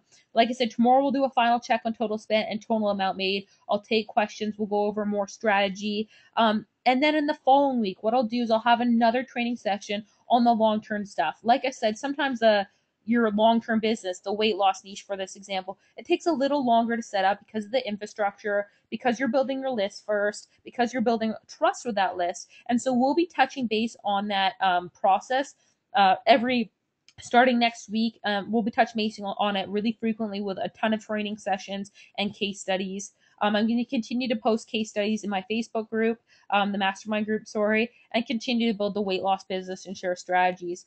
So, guys, good question for you. Have you enjoyed this so far? Have you gotten value out of it? If so, that's good. I want to see more sales coming in. We still have a ton more training to do, so don't fear. I'm going to be here for the long run to go. So, lots of good feedback here, which is awesome. Okay, great. So, guys, I'm gonna go through here and try to find some questions. I'm trying to find some questions to answer, and then also I will be on the Facebook group. Like I said, life's hard enough. That's a group that's supposed to be designed for positivity. If you have constructive questions, you need help, I'm there to help you. I'm there to help you indefinitely. I'm not going anywhere. There's not many other marketers I can actually say are genuinely willing to do that, and I am. Otherwise, I wouldn't have created that group. So if you've got questions, if you need help, I'm willing to help. But don't go on there and complain, because if you do, I will kick you out, and that's not going to help you any, all right? Okay.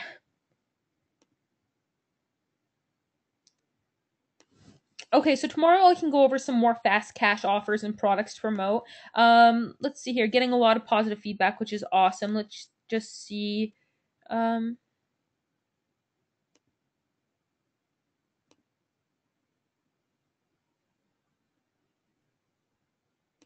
Yeah, guys. So a few people are asking, can you make more templates and worksheets and resources? Yeah. So over the coming weeks, I will add more worksheets, more templates, all of that good stuff. Like I said, I genuinely really want you all to be profitable with this program. So to whatever extent I can help do that, I will be making lists and all that. Just give me some time. As you know, it's been very, very busy last few days. So, coming next week, I'll release some more worksheets and PDFs and step-by-steps and case studies. Mark Scott, I've got zero complaints about this, and I really appreciate it. Awesome. Let's see here.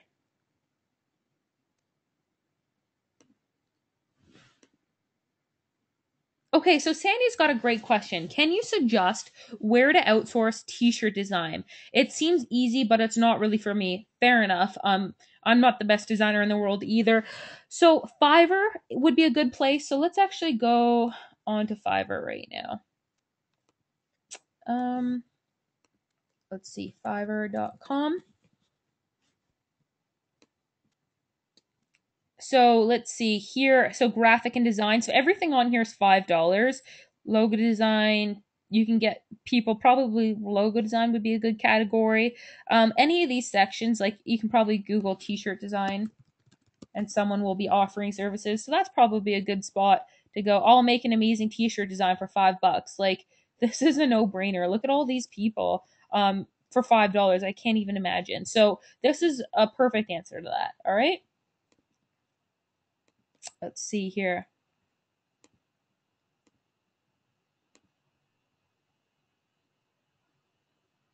Yeah, Cheryl says, my niche biz strategy is to build awareness through a list, not through one sale. So long-term approach is good. Definitely. That one strategy that I just showed you in terms of identifying particular users is good for a long-term approach as well. So where it would be good for a long-term approach is, let's say that you build a mailing list and you are offering, you've got your own product, okay? So certain people become better customers. You could actually target one specific customer or 10 specific customers who you know are good, and target a specific ad to them, basically calling out their attention and driving it to like a video sales page or something. So I'll incorporate all this stuff going forward.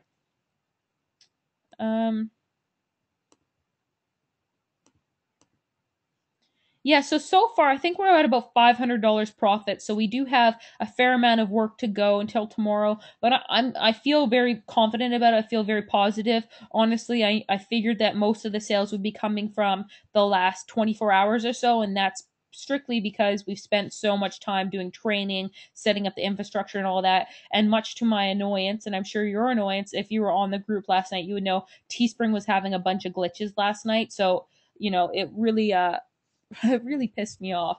But it's working again today, so I've got no doubt we'll hit our milestones tomorrow. Tomorrow we'll also go over the nitty gritty of which ads led to the sales, which ads were failures, and we'll talk about everything.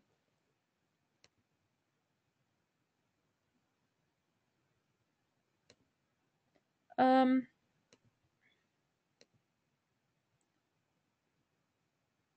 Yeah, so Chrissy says, is it okay to complain if the technology isn't working? Like seems some people are having trouble with Trust Jacker. Yeah, guys, like I'm not against people listing the issues that they're running into the group. That's totally fine. It's just the way in which you do it.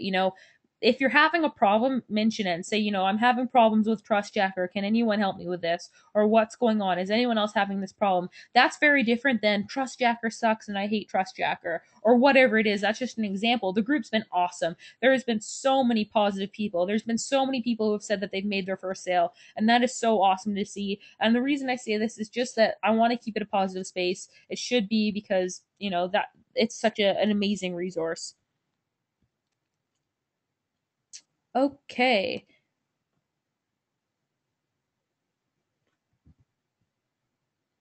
Just going through a few last questions. If you can't sit in on tomorrow's session, that's fine. It will be recorded.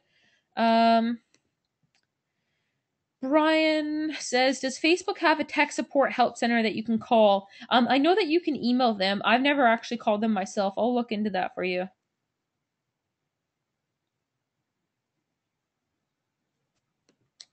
Let's see. So Patty has just said something really interesting. Teespring is retargeting me with your Andrew Luck t-shirt. Did you do that? Teespring is actually working really hard to sell your shirts too. So they'll do something called retargeting. So that's not me. That's all on Teespring's dime. Uh, let's see. I'm gonna take a few more questions here, and then I'll take questions on the group, of course, too. Johnny says, Joni says, Brittany, you're the best thing out of my association with GKIC. I really appreciate it, guys. I do appreciate your kind comments. It does mean the world for me, and those are the things that make me want to over deliver when I hear, positive feedback. It makes me want to go out of my way even further. Obviously, I'm open to other feedback too, but positivity is a good thing. Let's see. Mark says, I'm going to kill it in my offline businesses with my clients as well, extracting their competitor fan user IDs off their pages and then advertise to them with our products and services, killing it. Mark, absolutely. And Mark, maybe what you can do, if you want, you can PM me, because guys, I do want to get a lot of students have results and then do case studies of the students and use as many different strategies as possible. So for those of you who do have offline businesses, I'm open in the weeks to come to do case studies on how to use it as well for there. So think about this not as a one hit wonder training course, but an ongoing resource you can come back to. Okay. Let's see. Going through here. Same time tomorrow. Yes, that's right.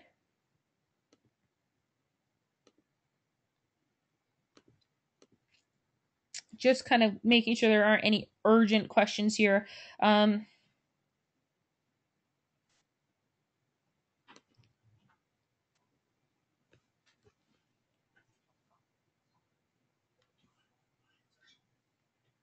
So let's see. Um, Yeah, so Robert says, I'm guessing you can ramp up your sales with more audiences. Colt fans still love Peyton, and that's a really good point.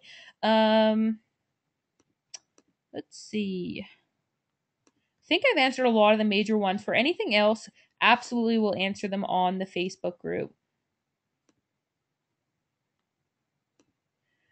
Michael says replays are so valuable because being a newbie, I miss some of the quick clicks of where to go and how to use Facebook and other programs. Yeah, no problem. And guys, just so you know, I am uploading the recordings as soon as I possibly can because it's just that they're such large files. It takes time to render them and re-upload them.